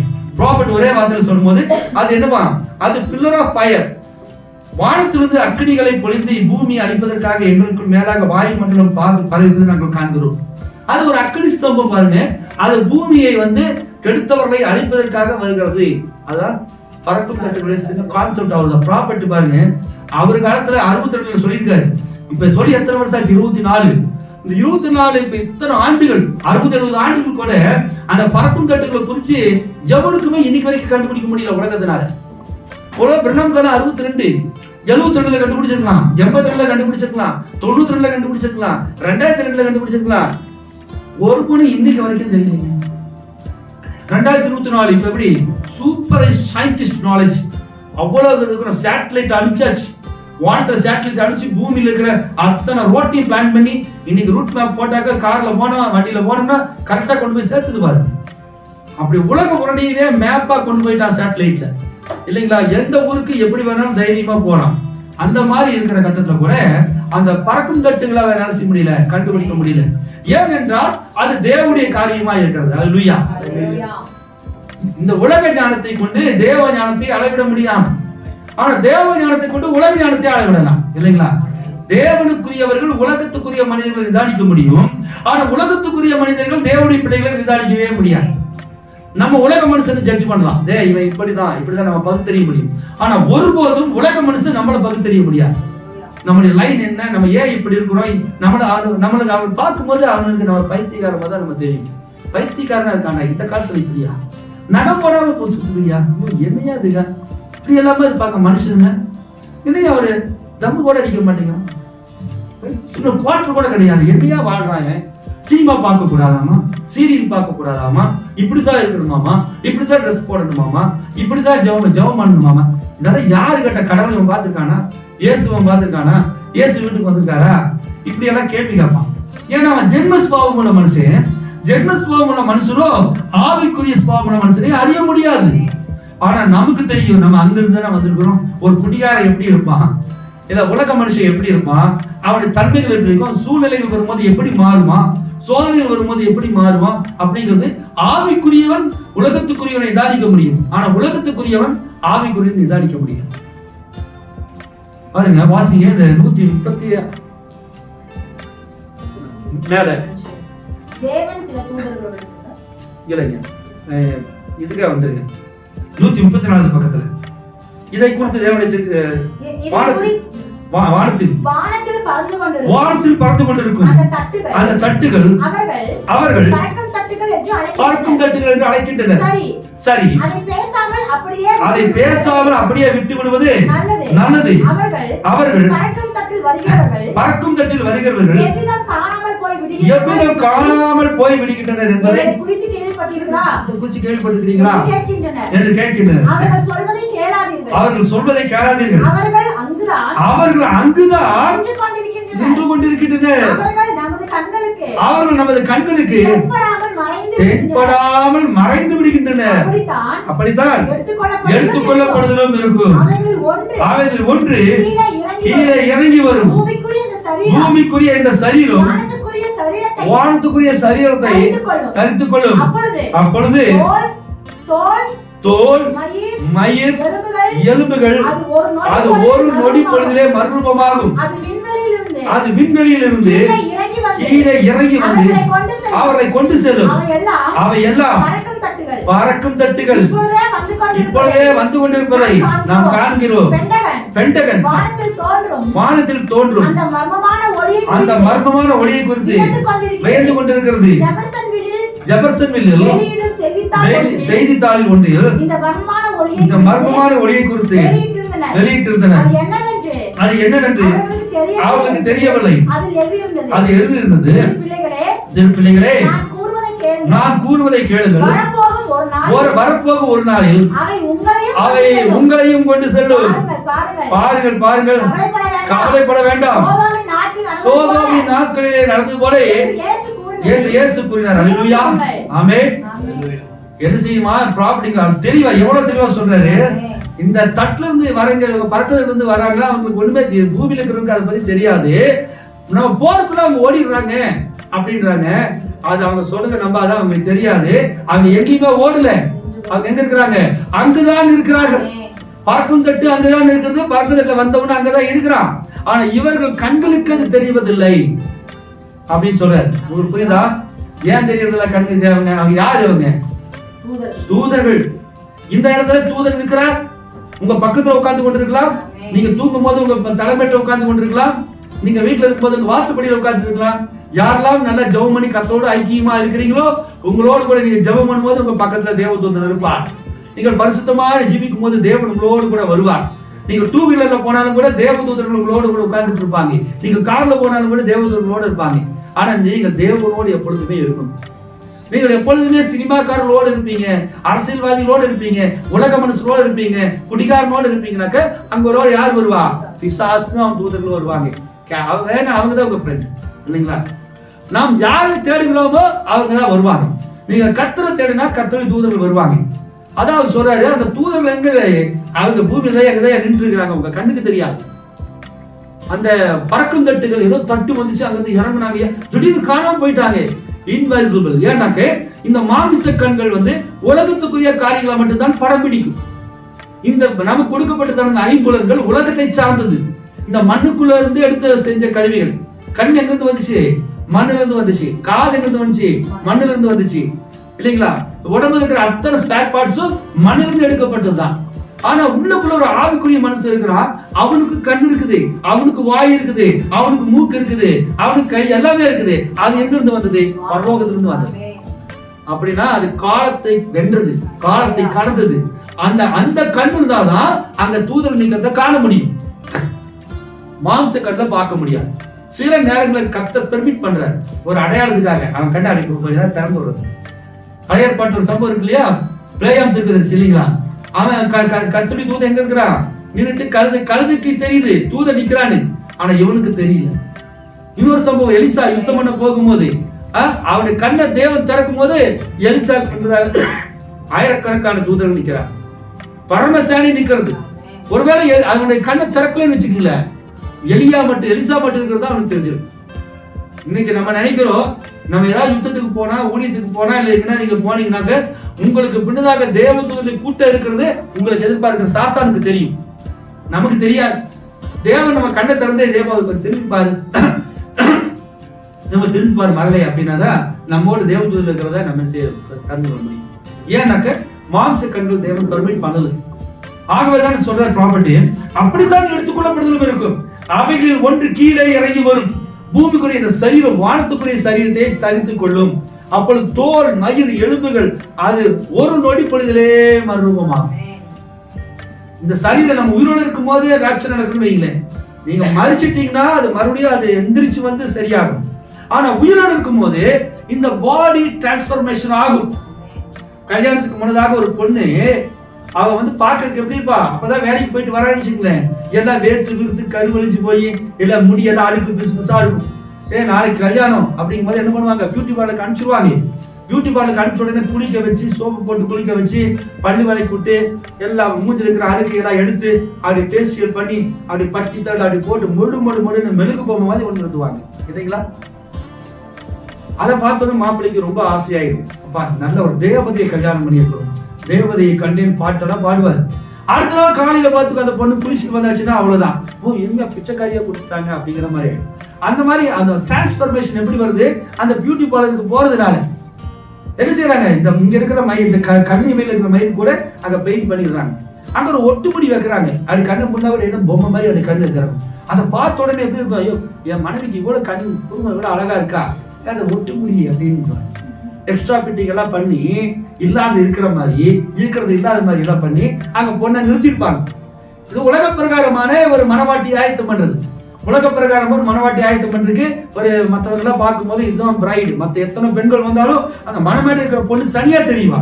அதுக்குன்னு பிரைடல் மேக்கப்னு ஒரு கடை வச்சிருக்கிறாங்க இல்லைங்களா. கடைகள் இருக்கு 10,000 ரூபாய் 20,000 ரூபாய் வசதிக்கு தகுந்த மாதிரி செலவு பண்றாங்க. முடியே இல்லாதவங்களுக்கு கூட முடிய வச்சு இவ்வளவு தூரம் முடிய இருக்கிற மாதிரி, புருவமே இல்லாதவங்களுக்கு புருவத்தை வச்சு, பெரிய புருவம் இருக்கிறதுக்கு சின்ன புருவமாக்கி, சின்ன புருவம் இருக்கிறதுக்கு பெரிய புருவமாக்கி, உதடே இல்லாதவங்களுக்கு லிப்ஸ்டிக்லயே வரைஞ்சி உதடு பெருசா இருக்கிற மாதிரி, பெரிய உதடு இருக்கிறவங்களுக்கு லிப்ஸ்டிக் சின்னதா பண்ணி சின்ன உதடு மாதிரி இருக்கிற மாதிரி, மூக்கை வந்து சின்னது பண்ற மாதிரி அதுக்கு ஏதாவது பெயிண்டிங் எல்லாம் பண்ணி, இந்த கண்ணத்துல இந்த இடத்துல ரோஸ் கலரா வர்ற மாதிரி, ஆப்பிள் கண்ணுகள் மாதிரி இல்லையா. அப்ப வந்து இந்த பொக்கவாயி பல்லு கொடுங்கறதெல்லாம் தெரியாது. இந்த மாதிரி பப்பு எல்லாம் பண்ணி அப்படி கொஞ்சம் நிறுத்துறாங்க. ட்ரெஸ் அதுக்கு தகுந்த மாதிரி பண்ணி நகைகள்லாம் போட்டு, அது டிரான்ஸ்ஃபர்மேஷன். என்னையா அது, என் மகளா இது என்ன கண்ணு எங்கன்னே அப்படின்னு போயிடும். அம்மா போய் படுகிறாங்க. அங்க இருக்கிற மற்றவங்களை யார் இப்போலாம் இது அளவுக்கு அவங்க அது செய்யறாங்க. அது டிரான்ஸ்ஃபர்மேஷன் இல்லைங்களா. இது உலக பிரகாரமா. இது கொஞ்ச நேரத்துல அழிஞ்சு போயிடும். அவ குளிச்சானா அத்தனை ஒரிஜினாலிட்டி வந்துடும். இதனால ஒரு அப்படிங்கிற மாதிரி வந்துடும். ஆனா தேவன் மாத்திராரு பாருங்க இந்த டிரான்ஸ்ஃபர்மேஷன். இந்த டிரான்ஸ்ஃபர்மேஷன் நித்தியத்துக்கும் இருக்கும். இது வந்து வெறும் வெளித்தோட்டத்தை மட்டுமல்ல, எலும்பையும் மாற்றுகிறார். பியூட்டி பார்லருக்கு எத்தனை பியூட்டி பார்லர் போனாலும் நீங்க நுண்டியா போனா நுண்டியா தான் வரணும். அவங்க வேற கை காலெல்லாம் சரி பண்ணி எல்லாம் நல்லா மாற்ற மாட்டாங்க இல்லைங்களா. அதே மாதிரி எந்த உடம்பு இருக்குதோ அந்த உடம்பு தான். ஒருவேளை கண்ணு வந்து சரியில்லை, ஒரு கண்ணு தான் தெரியும்னாக்க அந்த கண்ணை அவங்களால மாற்ற முடியாது. அது விரல்ல வந்து 5 விரலுக்கு 6 விரல் இருக்குது, இல்ல 6 விரல்ல 4 விரல் தான் இருக்குது, 5 விரல் 4 விரல் தான் இருக்குது. ஒண்ணுமே பண்ண முடியாது. ஆனா தேவன் அப்படி இல்லை. உங்களை சரீரத்தை பரிபூர்ணமா மாத்திடுவார். அங்க முடவன் இருக்க முடியாது, அங்க குருடன் இருக்க முடியாது, அங்க ஊமையன் இருக்க முடியாது. சரீரத்தை முழுமை டோட்டல் சேஞ்ச், ரிஃபார்மேஷன், அதாவது டிரான்ஸ்ஃபர்மேஷன் ஆயிடும். பேசாதவன் உயிரோடு இருக்கிற வரைக்கும் அவன் பேசல, ராப்சர் பாடியில அவன் பேசுவான். ஓ பிரைஸ் தி லார்ட் ஹல்லேலூயா அப்படின்பா சந்தோஷம் பேசி பேசி கத்தி கத்தி தேவனை துதிப்பான். பார்க்க முடியாது. ஐயோ நான் எப்படி பார்க்கிறேன், நான் கேள்விப்பட்டேன், பிரசங்கத்தை கேள்விப்பட்டேன், எங்க பாஸ்டர் பேசியிருக்காரு, பைபிள்ல கேள்விப்பட்டேன், ரெண்டாம் மெசேஜ்ல படிச்சேன், ஆனா கேள்விப்பட்டேன், இப்பொழுதோ நான் காண்கிறேன். எவ்வளவு குசியா இருக்கும் பாருங்க. டோட்டல் டிரான்ஸ்ஃபர்மேஷன் இந்த பாடி. இந்த சரீரம் மர்வமாகும். ஆனா அங்க பக்கத்தில் இருக்கிறவர்கள் அறிய மாட்டார்கள். தேவதூதர்கள் அங்க இருப்பதை இன்றைக்கு விஞ்ஞானம் எப்படி பார்க்கவில்லையோ அதே போல நீங்க ராப்சர் பாடி நீங்க எடுத்துக்கொள்ளப்படுதல் நடக்கின்ற பொழுது அந்த பாடி சேஞ்ச் ஆகும். நாம் ஒருவரை சந்திப்போம் இல்லைங்களா. இந்த சிஸ்டர் இப்படி மாறிட்டாங்களே, இந்த பிரதர் இப்படி மாறிட்டாங்களே, நேத்து வரைக்கும் பாஸ்டர் மாறி, நேத்து கூட பார்த்த கல்யாணம் இருந்தாரு, இன்னைக்கு என்ன இப்படி ஆஞ்சலா மாறிட்டாரு அப்படின்னு நீங்க சொல்லுவீங்க இல்லைங்களா. நான் நினைப்பேன் நேற்று இது இப்படி பார்த்து இப்படி இருந்தாரு, இன்னைக்கு எப்படி மாறிட்டாருன்னு. அந்த மாதிரி டாஸ்க் ஃபுல் டோட்டலி சேஞ்ச். இப்ப உள்ளான மனுஷன் நமக்குள்ள அந்த மர்வம் ஆகும் போது, ஒரு ராப்சர் நடக்கும் போது அவர் சொல்றாரு, தோல் மயிர் எலும்புகள் அது ஒரு நொடி பொழுதுல மறுரூபமாகும். அது வேற. இந்த பாடி மண்ணுங்கிற பாடி மண்ணுக்கு போயிடும், அதெல்லாம் வராது அப்படிங்கிற உபதேசங்கள்லாம் உண்டு. ஆனா ப்ராப்பர் அப்படி சொல்லல. இந்த தோல் முடி கூட என்ன செஞ்சிருமா, நீங்க டை அடிக்க வேண்டியது இருக்காது, முடியை கட் பண்ண வேண்டியது இருக்காது, முடியை வேற ஏதாவது ஸ்ட்ரைட்டிங் பண்ண வேண்டியது இருக்காது. தேவன் உங்களுக்கு அந்த முடியை என்ன செய்வாரு, தேவதூதருக்கு ஒப்பான ஒரு அழகான ஒரு முடியை கொடுப்பார். உங்க மூஞ்சிக்கு எப்படி இருக்கணுமோ அந்த மாதிரி. பார்த்த உடனே இவ்வளவு விட நான் நல்லா இருக்கிறேன், என்ன விட இவன் நல்லா இருக்கிறேன் அப்படியெல்லாம் சொல்ல முடியாது. எல்லாரும் யூனிஃபார்மா தான் இருக்கும். எல்லாரும் அழகர்கள் தான், எல்லாருமே அழகிகள் தான். தேவன் அங்க பொறாமையே வர. இங்க வந்து யாராவது ஒரு பொம்பளை ஒரு நல்ல புடவை கட்டிட்டு வந்துட்டான்னு வைங்களேன், உடனே இன்னும் அது நல்லா தான் இருக்கும், எல்லாரும் பாராட்டுவாங்க. ஒரு சிலதுக்கு இருக்கும், அது கொஞ்சம் காஞ்சி வெந்ததுக்கு இருக்கு. பார்த்து சொல்லுவாங்க, அச்சிச்சியா இந்த சாரியா, இது உங்களுக்கு நல்லாவே இல்லையே, இந்த கலர் ஏன் எடுத்தீங்க அப்படிம்பாங்க. சில ஆட்கள் ரொம்ப நல்லா இருக்கு சிஸ்டர், ரொம்ப நல்லா இருக்கு வாங்கினீங்க அப்படிம்பாங்க. அது பசங்களையும் ஆண்களையும் அப்படிதான் இருப்பாங்க, பொறாமை பிடிச்சவங்க. மற்றவங்க எல்லாமே நல்லா இருக்கும்பாங்க. ஆனால் யாரோ ஒருத்தருக்கு எஞ்சிட்டு வந்துட்டு இருக்கும், இதெல்லாம் இப்படியெல்லாம் போடக்கூடாது, இது சரியில்லை அப்படிமா. ஏன்னா அவனுக்குள்ள ஒரு ஈகோ ப்ராப்ளம். ஆனா அந்த ராப்சர் பாடியில ஈகோவே வராது. ஒருத்தருக்கு ஈகோக்கு ஈகோ வந்து ஓடிடும், ஒருத்தருக்கு பொறாமையில் இருக்காது. அங்க எல்லாருமே கிறிஸ்தியர்கள் நம்ம எல்லாம் ஒன்றா இருப்போம், தேவனுடைய சாயில் இருப்போம். ஓ என்னை விட நீ அழகு, உன்னோட நான் அழகு அப்படியெல்லாம் இல்லை, எல்லாரும் யூனிஃபார்ம் தான். அவன் அழகா இருப்பான், அதே மாதிரி நம்ம அழகா இருப்பான், நம்மள மாதிரி அவங்க அழகா இருப்பாங்க. அதே மாதிரி எல்லா சகோதரிகள் இருப்பாங்க. சகோதரிகளை பார்த்து சகோதரிகள் இச்சிக்க முடியாது, சகோதரிகளை பார்த்து சகோதரி இச்சிக்க முடியாது. இங்க அப்படி இல்லை, இங்க இச்சைகள் தோன்றும். ஆனா அந்த டிரான்ஸ்பர்மேஷன் பாடியில இச்சைகள் வராது. எல்லாருமே எப்படி இருப்பாங்க, எல்லாருமே சகோதர தெய்வீக டிவைனிட்டி லவ், அதை எக்ஸ்பிளைன் பண்ணவே முடியாது. அவை எல்லாம் பறக்கும் தட்டுகள் இப்பொழுதே வந்து கொண்டிருப்பதை நாம் காண்கிறோம். வெண்டகன் வானத்தில் தோன்றும் அந்த மர்மமான ஒளியை குறித்து வியந்து கொண்டிருக்கிறது. ஒரு நாளில் அதை உங்களையும் கொண்டு செல்ல பாருங்கள். இந்த மர்மமான ஒளியை குறித்து வெளியிட்டனர். அது என்னவென்று அவர்களுக்கு தெரியவில்லை. சிறு பிள்ளைகளே, நான் கூறுவதை கேளுங்கள். வரப்போகும் ஒரு நாளில் அவை உங்களை கொண்டு செல்லும் பாருங்கள், கவலைப்பட வேண்டாம். சோதோமின் நாட்களில் நடந்தது போல தேவதூதர்கள் இறங்கி வந்த மாதிரி இந்த கடைசி நாட்களில் தேவதூதர்கள் இறங்கி வருவாங்க. ராப்சருக்கு போறதுக்கு நம்ம மட்டும் அப்படியே ராப்சர் போக மாட்டோம், தேவதூதர்கள் இறங்கி வந்து நம்மளை கூட்டிட்டு போவாங்க. கிறிஸ்து எப்படி வருவார் தெரியுமா? மிகாவேல் தூதனாக வருவார். மத்திய ஆகாயத்தில் சந்திக்கிறோம், தேவதூதர் கீழே இறங்கி நம்மளை தூக்கி கூட்டிட்டு போவாங்க. அங்க போய் தேவனை சந்திக்க வைக்கிறாங்க. தேவனோடு தேவதூதர்களோடு நாம் புதிய ஏற்பாட்டு பரிசுத்தவான்களா மத்திய ஆகாயத்துக்கு போகின்ற பொழுது அங்க இருக்கிற ஆவி மண்டலத்தில் பொல்லாத ஆவிகளின் சேனைகளோடு யுத்தம் பண்ணி சாத்தானையும் தூதலை கீழே இறக்கி தள்ளி விடுறோம். ஏன் பூமிக்கு வந்து விடுகிறான்? ராப்சருக்கு பிறகு என்ன நடக்குதுங்க? பூமியில மேல மனவாட்டி போயிடுறா, பூமியில நடக்குது 3.5 ஆண்டுகள் உபத்திர காலம். அது 3 ஆண்டு உபத்திர காலத்தின் மத்தியில சாத்தான் எங்க வரான்? பூமிக்கு வந்து எங்க வரானுங்க? நேரா ரோமாபுரிக்கு போயிடுறான். ரோமாபுரியில் யாரு இருக்கிறா? அந்த ஆளுக்குள்ள போய் உட்கார்ந்துக்கிறான். இப்போ அங்க அந்தி கிறிஸ்து இல்லைங்களா? இப்போ அவருடைய தூதர்கள் எல்லாம் என்ன பண்றாங்க? சாத்தானுக்குள்ள வந்த தூதர்கள் அவங்களுடைய ஆட்களுக்குள்ள எல்லாம் போயிடும். இப்ப பூமியில 3 வருஷம் உத்தர காலத்துல அந்த மத்திய ஆகாயத்துல இப்ப இருக்கிற பிசாசின் தூதரை நான் தள்ளி விடுறது யாரு? எட்டு ஒதுக்கிறது யாரு? நம்ம தான். இப்ப நம்ம தட்டி நம்ம பிசாசு கீழே விடுகிறா, மனவாட்டி மேல போறோம். அப்ப தேவ தூதர்கள் பறக்கும் தட்டுகளை அல்லது அக்கினி ஸ்தம்பங்களை கொண்டு வந்து நம்மளை தூக்கிட்டு ப்ராப்பர்ட்டி இன்னொரு செய்தியில சொல்லுவார், எந்த அக்கினி வந்து எலியாவை கொண்டு போச்சோ அதே அக்கினி தான் மனவாட்டியும் கொண்டு போகும் அப்படின்றார். இந்த அக்கினி ஸ்தம்பம் என்பதும் பறக்கும் தட்டு என்பது எல்லாம் ஒண்ணுதான். ஏன் பறக்கும் தட்டுன்னு சொன்னா ஜனங்கள் அதை அப்படி கருதுகிறார்கள், அந்த வட்ட வடிவமா இருக்கிறனால. பிரணாமணி தலைக்கு மேல இருக்கிறது என்ன? அக்கினி ஸ்தம்பம். இந்த அக்கினி ஸ்தம்பத்தை அந்த தலை எடுத்து போட்டு தூரத்துல வானத்துல இருக்கிற மாதிரி பாருங்களேன், எப்படி இருக்கும்? ஒரு பறக்கும் தட்டு வர்ற மாதிரி, தட்டு வர்ற மாதிரி அது நினைக்கிறாங்க. ஆனா உண்மையில அது பறக்கும் தட்டா? அது அக்கினி ஸ்தம்பம். இந்த அக்கினி ஸ்தம்பத்தை பூமி என்ன செய்யுது? உலகத்தான் அது பறக்கும் தட்டு என்று அழைக்கிறாங்க. அவனுக்கு அதை பத்தி டீட்டெயில்ஸ் தெரியாது. ஆனா தீர்க்கதரிசி சொல்றாரு, அவைகள் அக்கினி ஸ்தம்பம். எந்த அக்கினி மனவாட்டி எடுத்துக்கொண்டு, எந்த அக்கினி எலியாவை எடுத்துக்கொண்டு போனது? நோவாவின் நாட்கள்ல தண்ணி வந்துச்சு, பெரிய திரளான வானத்தின் மதுகளை திறந்து தேவன் நடத்த கொண்டு வந்தார். மழை வந்துச்சு, அந்த மழை பூமியில் இருக்கிறவங்க எல்லாத்தையும் அழிச்சுது. ஆனா அதே தண்ணி ஒரு கூட்ட ஜனத்தை, எத்தனை பேரை? 8 பேரை நினைச்சிச்சு, காப்பாத்துச்சு. 8 பேர் பேழைக்குள்ள போயிட்டாங்க. இந்த தண்ணி வரும்போது பேழை அவங்கள மேல கொண்டு போச்சு. ஆனா கீழே பூமியில் இருக்கிற ஜனங்களை ஒரு தண்ணீரை அழிச்சது. ஒரே தண்ணீர் தான் ஒரு கூட்ட ஜனங்களை அழிச்சது, ஒரு கூட்ட ஜனங்களை காப்பாத்துச்சு. ஏன் அந்த 8 பேரும் காப்பாத்துச்சு? அந்த 8 பேர் எங்க இருந்தாங்க? ப்ராபட் மெசேஜுக்குள்ள இருந்தாங்க, தீர்க்கதரிசி உருவாக்கின பேழைக்குள்ள இருந்தாங்க. அதே போல இந்த கடைசி நாட்கள்ல இந்த தீர்க்கதரிசி செய்திங்கிற பேழைக்குள்ள யாரெல்லாம் இருக்கிறீங்களோ அங்கிருந்து அக்கினி வரும்போது ஒரு அக்கினி பூமியை அழிக்கிறது, இன்னொரு அக்கினி மனவாட்டி மேல கொண்டு போகுது. அல்லேலூயா. ஒரே நியாய தீர்ப்பு தான். அந்த நியாய தீர்ப்பு பூமியில் இருக்கிற ஜனங்களுக்கு நியாய தீர்ப்பு கொண்டு வருது. ஆனா அதே ப்ராப்பர்ட் மெசேஜ் அப்படிங்கிற அந்த பேழைக்குள்ள எந்த யாரெல்லாம் இருக்கிறாங்களோ அந்த பிரைடல் என்ன செய்யுது? மேலே கொண்டு போகுது. அதுதான் அக்கினி ஸ்தம்பம். எலியாவை என்ன செஞ்சு? எலியாவுக்கு அங்கிருந்து அவனை தூக்கிட்டு போறதுக்கு என்ன வந்துச்சுங்க? அக்கினி ரதங்கள் வந்தது இல்லைங்களா? அந்த அதை பார்க்கும்போது ரதம் சேரட் மாதிரி, இதை பார்க்கும்போது பிளைன் சாசர் மாதிரி அப்படி வந்துச்சு. பாருங்க, தேவன் சில தூதர்களோட இறங்கி வந்தார். அப்பொழுது அவர்கள் விசாரணை நியாய தீர்ப்பை, இன்வெஸ்டிகேஷன் ஜட்ஜ்மெண்ட் நடத்தினர். அவர் பாவம் நிறைந்த கூச்சலை நான் கேட்டேன், அது மிகவும் உயர்ந்த சத்தமாக இருந்தது. அது உண்மையா இல்லையா என்று கண்டறிய நான் இறங்கி வந்தேன் என்றார். அது சரிதான்.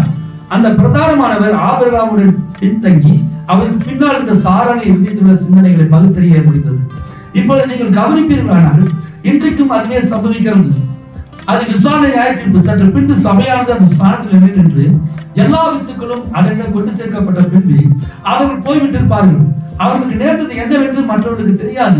அவர்களை தேடிக்கொண்டு ஒருவர் ஒருபுறமாக செல்வார். பாருங்கள், ஒருவர் போதகர் வீட்டுக்கு செல்வார், வேறொரு இங்கும் வேறொருவர் அங்கும் செல்வார்கள். அவர்கள் அங்கு இல்லை என்பதை அறிந்து கொள்வார்கள். அவர்களுக்கு முன்னடையாளமாக இருந்த ஏனோக்கு காணப்படாமல் போனான். இவர்களுக்கு முன்னாடி தேவன் அவனை எடுத்துக்கொண்டார். ஆதியாகமம் 5:24.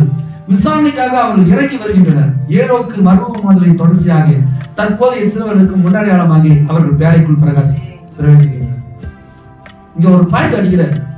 ஏனோக்கு வாசிங்க, ஆதியாகமம் 5:24. இங்கிலீஷ்ல வாசிங்க. ஆதியாகமம் 5:24. ஆதியாகமம் 5:24. ஏனோக்கு தேவனோடே சஞ்சரித்துக் கொண்டிருக்கையில் காணப்படாமல் போனார். தேவன் அவனை எடுத்துக்கொண்டார். ஏனோக்கு தேவனோடு சஞ்சரித்துக் கொண்டிருந்தான். திடீர்னு காணாம போயிட்டான். அப்ப ஆனா அது சொல்றாரு, ஏன் காணாம போனானா தேவன் அவனை எடுத்துக்கொண்டார். இங்கிலீஷ்ல வாசிங்க. And Enoch walked with God. And Enoch was walked with God. Enoch was walked with God. And he was not. And he was not. For God took him. For God took him. He was not. இவன் தமிழ் எப்படி இருக்குது? ஏனோக்கு தேவனோடு சஞ்சரித்தான். அவன் இங்கிலீஷ்ல தேவனோடு அவன் நடந்தான். இல்லைங்களா? தேவனோடு நடந்தான். அப்புறம் என்ன பண்ணாரா? அவன் காணப்படாமல் போனான். ஆனா இங்கிலீஷ்ல எப்படி சொல்றது? he is not. அவன் இல்லை. but for God took him. கர்த்தர் அவனை தேவன் எடுத்துக்கொண்டார் அப்படின்னு இத பவுல் சொல்றாரு. வாசிங்க எபிரேயர் 11ஆம் அதிகாரம் 5வது வசனம் வாசிங்க. இங்கிலீஷ்ல வாசிங்க. ஹீப்ரூ 11:5. எபிரேயர் 11ஆம் அதிகாரம் 5வது வசனம். விசுவாசத்தினாலே ஏனோக்கு மரணத்தை காணாதபடி எடுத்துக்கொள்ளப்பட்டான். தேவன் அவனை எடுத்துக்கொண்டபடினாலே அவன் காணப்படாமல் போனான். தேவன் எடுத்துக்கொண்டார். அதுதான் பவுல் பைபிள் ஆதியாகமத்தில் பிரிச்சு சொன்னது பவுல் சேர்த்து சொல்றார். ஏனோக்கு தேவனோடு சஞ்சரித்தான், அவன் காணப்படாமல் போனான். ஏன்னா தேவன் எடுத்துக்கொண்டார். இப்ப பவுல் சொல்றாரு, தேவன் எடுத்துக்கொண்டபடினாலே அவன் காணப்படாமல் போனான். இப்ப இங்கிலீஷ்ல வாசிங்க. By faith Enoch was translated and that he should not see death. And she should not see death. And was not found. And was not found. அவன் காணப்படாமல். God had translated. இதுதான் இருக்கணும். அது தெளிவா வாசி. Because God had translated him. எடுத்துக்கொண்டார்னு மட்டும் சொல்ல பவுல் வாக்கு சொல்றாரு. ஏனென்றால் God had translated him. தேவன் அவரை மறுரூபமாக்கினார். தமிழ் அது இல்லை. பாத்தீங்களா? அவனை எடுத்துக்கொண்டார் இருக்கு. இங்கிலீஷ் சொல்ல இருக்குது. தேவன் அவனை என்ன செஞ்சாரா? மறுரூபமாக்கினார். டிரான்ஸ்லேஷன் ஆயிட்டான். அதுபோலதான் மனவாட்டி தேவன் ஒரு நாளைக்கு இங்க பத்திரிகை சொல்றாரு, பின்பு அவர்கள் போய்விட்டிருப்பார்கள். அவர்களுக்கு நேர்ந்தது என்னவென்று மற்றவர்களுக்கு தெரியாது. அவர்களை தேடிக்கொண்டு ஒருவர் ஒருபுறமாக செல்வார், இன்னொரு போதகர் வீட்டுக்கு செல்வார், வேறொரு இங்கும் அங்குமாக தெரிந்து கொண்டிருப்பாங்க.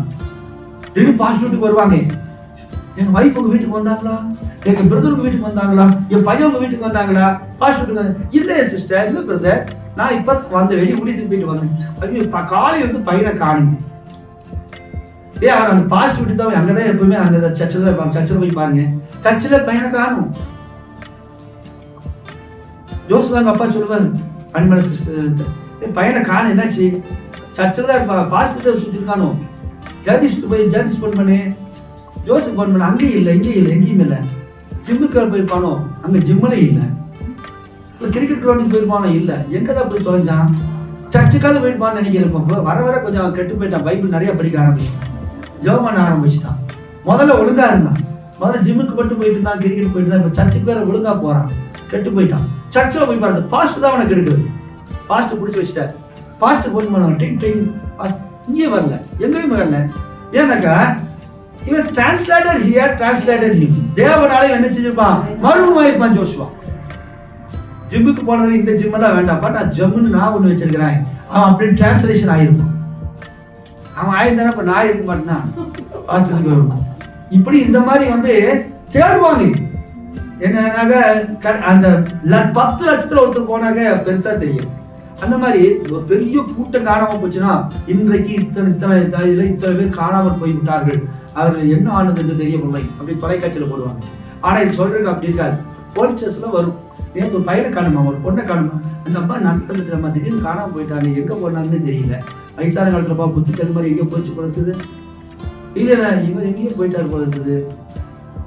இந்த பொறுத்தவரை அவரு ரொம்ப நாள் தானா பேசிட்டு இருந்தாரு, எங்க போயிருப்பாரு, எங்க போயிருக்காரு எங்க இடத்துக்காரு தெரியாது, இப்படிதான் பேசிருப்பாங்க. நடைமுறையில அது சாதாரணமா இருக்கும். ஆனா என்ன இருக்கும், நம்மளா ராப்சரா இருக்கும், எடுத்துக்கொள்ளப்படாத போயிருக்கும், எடுத்துக்கொள்ளப்படாத போயிருப்போம். தேவதூர் நம்ம சரீரமானது அப்படியே மர்வமாயி தூங்கிட்டு இருக்கும் போதோ அல்லது யாரோ பார்த்துட்டு இருக்கும் போதோ தெரியாது, அவங்க கண்டுபிடிக்க முடியாது. திடீர்னு நான் அப்படி இருப்பேன், அப்படியே டிரான்ஸ்லேஷன் ஆயிடும் பாடி, அப்படியே ஆகி திடீர்னு என்ன செய்வேன், காணப்படாமல் கரைஞ்சு போற மாதிரி. இது பிராம் சொல்றது, ப்ராஃபிட் சொல்றது. இன்னைக்கு நிறைய தவறான உபதேசங்கள் வந்து என்ன சொல்றது, இல்ல நம்ம டிரான்ஸ்லேஷன் ஆயிட்டோம், உங்க இருதயம் புதிதாகிறதுனாலே உங்க ஆவி புதிதாகிறதுனாலே நமக்குள்ள மர்வம் ஆயிட்டோம் அப்படின்னு இன்னைக்கு தவறான உபதேசக்காரர்கள் வருகை வந்துருச்சு, எல்லாம் முடிஞ்சு போச்சு, ராப்சர் எல்லாம் முடிஞ்சு போச்சு, நம்ம ஆவியில ராப்சர் ஆயிட்டோம், நம்ம உயிர் தெழுதுக்கு சொன்ன கள்ள உபதேசங்கள் பாருங்க, அவங்க சொல்ற பாயிண்ட்ஸ். ஆனா ப்ராஃபிட் சொல்றாரு, உங்க தோல் மயிர் எலும்பு கூட என்ன செய்யுமா, அது மாறுபடும், தோலும் மாறியா எலும்பும் மாறிடும், எல்லாம் டோட்டல் சேஞ்ச். பாடியில பிளட் இருக்காது, ரத்தம் இருக்காது. இந்த ரத்தம் தான் உலகத்துல பாவத்தை உருவாக்குறது. ரத்தம் இருந்தாலும் உனக்கு திமிர் ஜாஸ்தி, ரத்தத்துல தான் இருக்குது சின் அது இருக்கு. சோ ரத்தம் எவாபரேட் ஆயிடும், ரத்தம் பாடியில இருக்காது, பிளட்லெஸ் பாடி. இந்த பாடி டிரான்ஸ்லேஷன் ஆகி தோல் மயிர் எலும்பெல்லாம் இருக்கும். அது ப்ராப்பர்ட்டி ரத்தத்தை சொல்லல பாருங்க. ஆண்டவர் சொல்றாரு இல்லையா, ஒரு ஆவிக்கு மாம்சம் ரத்தம் இருக்காது, ஆனா என்ன இருக்கும், எலும்பும் தோலும். மாம்சம் ரத்தமும் வர ஒரு எக்ஸஸ் வந்திருக்காது, பிளட் தான் போகாது பரலோகத்துக்கு, ஆனா போன் அண்ட் ஃபிளஷ் என்ன செய்யும், அது சந்திக்கும். அப்ப தேவன் என்ன செய்யறாரு, அந்த உயிர்ப்பிக்கும் வல்லமை கொண்டு மறுவப்படுத்துகிறார். இந்த மறுவப்படுத்து எதுக்கு, மேல இருந்து ஒவ்வொருத்தருக்கும் என்ன வருது, பறக்கும் தட்டுகள் வருகிறது. இந்த பறக்கும் தட்டுல அப்படியே நம்ம என்ன செய்யறோம், ராட்சிக்கு போறோம். சோ பறக்கும் தட்டுகள் என்பது என்ன, மனவாட்டியை அழைத்துக் கொண்டு செல்ல வருகிறதான தேவதூதர்களின் வாகனம். சொல்ல போனா அது தேவதூதர்கள் தான், அவ்வளவுதான். ப்ராபர்ட் அதான சொல்றாரு, நான் சொல்ல ப்ராபர்ட் சொல்ற கோட்ஸ் தான் பேசுறேன், என்னோட சொந்த கதை இல்லை. அவர் என்ன சொல்றாரு, பறக்கும் தட்டு என்பது என்ன, அக்கினி ஸ்தம்பம். அக்கினி ஸ்தம்பம் என்பது தேவதூதர்கள். ஒவ்வொரு அக்கினி ஸ்தம்பம் தோன்றுகிற பொழுது அந்த தேவதூதர்கள் தோன்றுகிறார்கள். அந்த அக்கினி ஸ்தம்பத்திலேயே 4 ஜீவன்கள் இருக்கிறது இல்லைங்களா, சிங்கமுகம், கடகமுகம், மனித முகம், காளை முகம். இந்த 4 சர்க்குலேஷன் தான் பிள்ளான பயிரை உருவாகும். இந்த 4 ஜீவன்கள் மத்தியிலிருந்து தேவன் பேசுகிறார். அப்படிதான் தூதருடைய வாகனம். நமக்கு தேவன் விசேஷ தூதர்களை அனுப்புகிறார். பணிபடை தூதர்கள் வருவார்கள், இவங்க நம்மளை கொண்டு செய்வாங்க. அப்படின்னா அந்த பறக்கும் தட்டுல வந்து இவங்க நினைக்கிற மாதிரி வேற ஒரு கிரகத்திலிருந்து வந்தது இல்ல, இவங்க நினைக்கிற மாதிரி வேற ஒரு கிரகம் தான் அது, பரலோக கிரகம். அங்கிருந்து வரது யாரு, தேவதூதர்கள். அதனாலதான் அவங்க நிக்கிறது மறைஞ்சு போயிடுறாங்க. இவங்களுக்கு என்னதான் எவ்வளவு வேகத்துல போய் எத்தனை ரேடார் வச்சாலும் அவங்களை பிடிக்க முடியாது, ஏன்னா அவங்க பரலோகவாசிகள். ஒரு காலத்துல இந்த ஆபிரகாம் சொல்றாரு இல்லையா, நம்முடைய குடியிருப்போ பரலோகத்தில் இருக்கிறது, நாம இந்த பூமிக்குரியவர்கள் அல்ல. நம்ம யாரு, பரலோகத்துக்குரியவர். இந்த பூமி நம்மளுடைய சொந்த இது கிடையாது இல்லையா, அது என்ன இது, பூமியோ நம்முடைய குடியிருப்போ பரலோகத்தில் இருக்கிறது. நமக்கு கோட்ரஸ் எங்க இருக்குது, பரலோகத்தில் இருக்குது. நமக்கு ரெசிடென்ஸ் எங்க இருக்குது, பரலோகத்தில் இருக்குது. வீடு அங்க கட்டி வச்சிருக்காரு ஆண்டவர். இங்க கட்டுற வீடு எல்லாமே என்ன போயிடும், ஒரு காலத்துல அழிஞ்சு போய். நம்ம கட்டதுக்கு பிறகு நம்ம பையன் அவன் பண்ணுறதுக்கு அவன் பையன், என் தாத்தா வீடு ஆயிரும், ஒரு கூட்ட வீடு ஆயிரும், அப்புறம் அது அட்ரஸ் எல்லாம் போயிடும். பெருசா இன்னைக்கு நமக்கு நினைவு தெரிஞ்ச அளவுக்கு நல்ல பில்டிங் கட்டுறோம். இன்னைக்கு என்ன பொருள் கிடைக்குதோ விலை உயர்ந்த பொருளை வாங்கி டைல்ஸ் கட்டி அழகா தளம் போட்டு அழகா எல்லாம் பண்ணி அழகா வீட்டை நேர்த்தியா வச்சிருப்போம். 10 ஆண்டுகள் 15 ஆண்டுகள் கிடைத்தவங்க நமக்கு வயதாயிடும். திடீர்னு பொட்டு போய் அட்டாக்ல ஹார்ட் அட்டாக்கோ ஏதோ ஒன்று செத்து போயிடும். அப்புறம் அந்த வீட்டுல யாரு இருப்பா, மனைவி பிள்ளைங்க இருப்பாங்க. லோன் கட்ட முடிஞ்சா பார்ப்பாங்க, இல்லைன்னா கடைசி வித்து போடுவாங்க. பிள்ளைகள்லாம் பெருசாயிரும், எங்க அப்பன் சொத்தினே. அப்புறம் அதை கூறு போட ஆரம்பிப்பாங்க, மேல் வீடு நீ எடுத்து, கீழ் வீடு நான் எடுத்துக்கிறேன். அதுக்கு பிறகு அவங்க பெருகுவாங்க, பேரம் பேத்திகள்லாம் வரும். அவங்க என்ன பண்ணுவாங்க, இப்ப இந்த வீட்டுல நம்ம இருக்க முடியாது. இப்போ எங்க அப்பா வாங்கும் போது இது 1 கோடி, இப்ப எத்தனை கோடி வந்துருச்சு, 100 கோடி. 100 கோடிக்கு வித்து ஆடு பிரிச்சிருவாங்க. அந்த வீட்டை அடிச்சிருவாங்க, டெமலிஷ் பண்ணிடுவாங்க. 25 ஆண்டுகளுக்கு பிறகு அது பழைய பில்டிங் ஆயிரும். எங்க தாத்தா கட்டின பில்டிங், அந்த காலத்து டைல்ஸியா, அந்த காலத்து இல்லையா அப்படின்னு நினைச்சிருவாங்க, தரமட்ட மாதிரி. ஒருவேளை நம்ம மேல இருந்து அதை பார்த்தோம்னா அட பாருங்களா, நான் என் வீடு கட்டுறதுக்கு எவ்வளவு கஷ்டப்பட்டேன், இவனுக்கு வந்து அடிச்சேன், அவனுக்கு நம்மளை போட்டால கூட பார்த்துக்க மாட்டாங்க யாரும் பேச்சு. பாருங்க, இதுதான் மனிதனுடைய வாழ்க்கை. ஆனா தேவன் நமக்காக பரலோகத்துல ஒவ்வொருத்தருக்கு எடுத்திருக்காரு, கோட்டஸ் கட்டி வச்சிருக்காரு. நம்முடைய குடியிருப்போ பரலோகத்துல இருக்குது. வாசிங்க 2 கொரிந்தியர் 5ஆம் அதிகாரம்.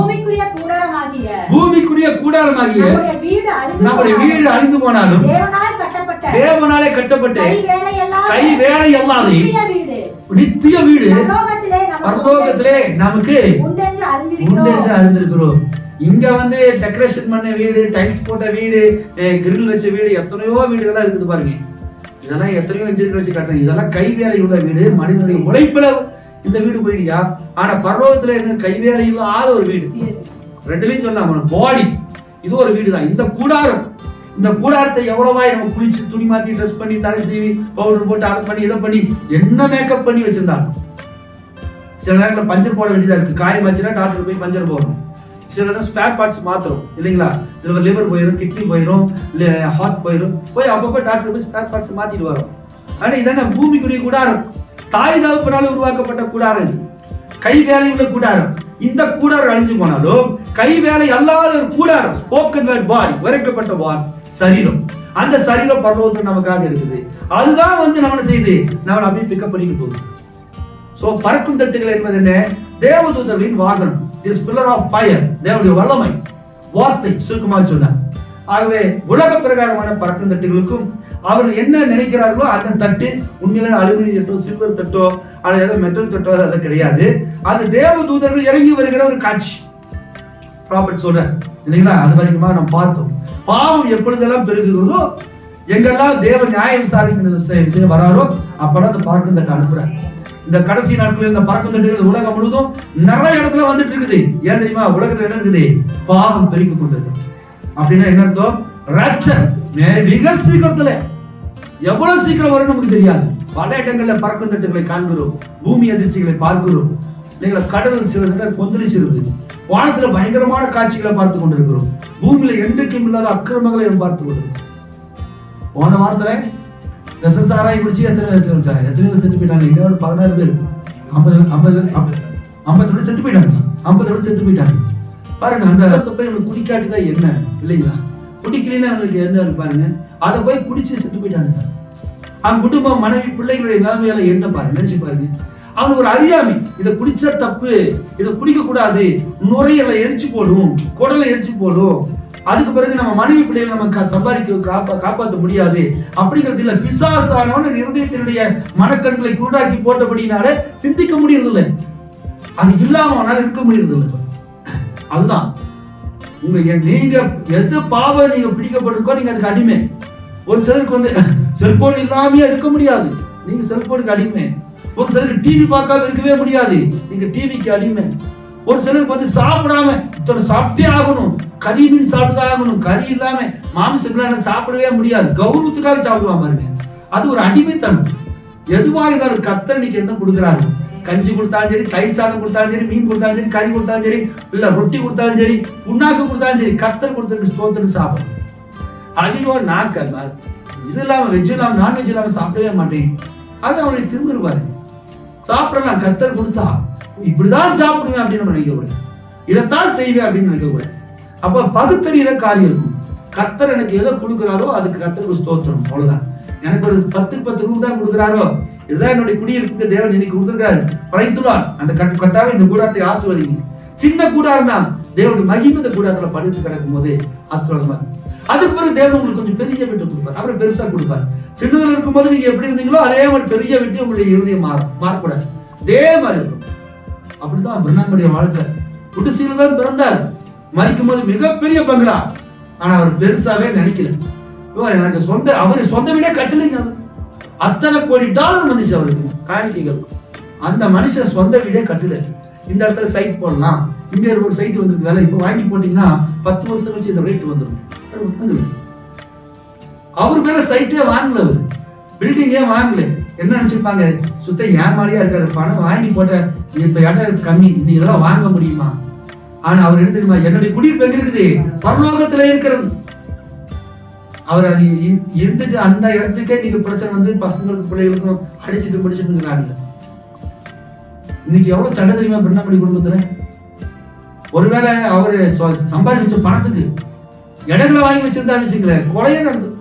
அந்த மாதிரி அவருடைய எண்ணங்கள்லாம் அதுவே இல்லை. தேவனுடைய ராஜ்யத்தை கொடுத்து மாத்தணும். அதுக்காக அவர் சொல்றாரு, நம்ம அதுக்காக நீங்க வீடு கட்டாதீங்க வாசல் கட்டாதீங்கன்னு சொல்ல வரல, அதன் மேல என்ன செஞ்சாதீங்க, எண்ணங்களை வைத்து விடாதீர்கள். அதுதான் பெருசு. வீடு கட்டுறதுதான் என்னுடைய லட்சியம். எப்படியாவது வீடு கட்டி எல்லாத்துக்கும் முன்பதாக நான் எவ்வளவு பெரிய வீடு கட்டியிருக்கிறேன் பாருங்க அப்படின்னு காட்டுக்காக நீங்க வீடு கட்டாதீங்க. நான் எவ்வளவு பெரிய கார் வச்சிருக்கிறேன்னு பாருங்க, அதுக்காக கார் வாங்காதீங்க. கார் வேணும் ஒரு இடத்துல இருந்து இன்னொரு இடத்துக்கு போறதுக்கு, அவ்வளவுதான். கர்த்தர் எந்த காரை கொடுக்குறாரோ அதை பயன்படுத்துங்க. இல்ல நான் BMW காஸ்ட்லி கார் வாங்கணும் அப்படி நீங்க நினைக்காதீங்க. கர்த்தர் எந்த வீட்டுல இருக்க சொல்றாரோ அந்த வீட்டுல இருக்கு. அதுதான். அதுக்குதான் நமக்கு மீனா தேவையில்லாத கடன்களை நிறைய வாங்கி தலைக்கு மேல கடன்களை வாங்கி வச்சுட்டு கட்ட முடியாத அளவுக்கு கடைசியில பெருமையா இருந்து எல்லாத்துக்கும் வெக்கப்படுறதை காட்டிலும் நமக்கு நம்ம லெவலுக்கு என் கல்லை நான் இவ்வளவு தூரம் வீசுனா இவ்வளவு தூரம் தான் போகுன்னு எனக்கு தெரியும், அதுக்கு மேல ஆசைப்படக்கூடாது. கல்லை எவ்வளவு வேகமா வீசினாலும் இங்கிருந்து 2 கிலோமீட்டருக்கு மேல போகாதியா, அவ்வளவுதான். அதோடதான் என்னுடைய லைஃப். அதுக்கு மேல 3 கிலோமீட்டர் வீசணும் முயற்சி பண்ண முடியாது. கர்த்தருக்கு எந்த பலனை கொடுத்துருக்காரு அவ்வளவுதான். இவ்வளவுதான் கடன் வாங்கினா எல்லாம் கட்ட முடியும், அதுக்கு மேல எனக்கு கடன் கட்ட முடியாது. வாங்கிடுவோம், எப்படியாவது கட்டிடலாம், முடியாது. கர்த்தர் உங்களுக்கு எந்த பலத்தை கொடுத்துருக்காரோ அந்த பலத்துல ஓடுங்க. அதிக ஆசைப்படக்கூடாது. பேராசை, ஆசைப்படுறது வேற, பேராசை வேற. எதுக்கும் ஆசைப்படணும், அப்பதான் காரியம் நடக்கும். ஆனா பேராசைப்படக்கூடாது. நம்முடைய லட்சியம் என்ன? பரலோகத்துக்கு போறோம், அந்த வீட்டுக்கு நம்ம போகணும். அப்ப நம்ம சரீரம் டிரான்ஸ்பர்மேஷன் ஆகுது, நம்ம ஒப்பு கொடுக்கணும். கண்கள் பரிசுத்தமா இருக்கணும், செவிகள் பரிசுத்தமா இருக்கணும், வாய் பரிசுத்தமா இருக்கணும், செய்யற காரியங்கள் பரிசுத்தமா இருக்கணும். இவைகளெல்லாம் இருந்தா அந்த பிளைன் சாசர் வந்து நம்மளை கேட்சப் பண்ணிட்டு போகும். மத்திய ஆயத்துல ஒரு சந்திப்போம். அல்லேலூயா. எழுந்து நிற்போம் பெரியமானவர்களே. கர்த்தர் இந்த அருமையான வேளையிலே நம்மோடு இடைப்பட்டதுக்காக கர்த்தரை ஸ்தோத்திரிப்போம். அல்லேலூயா.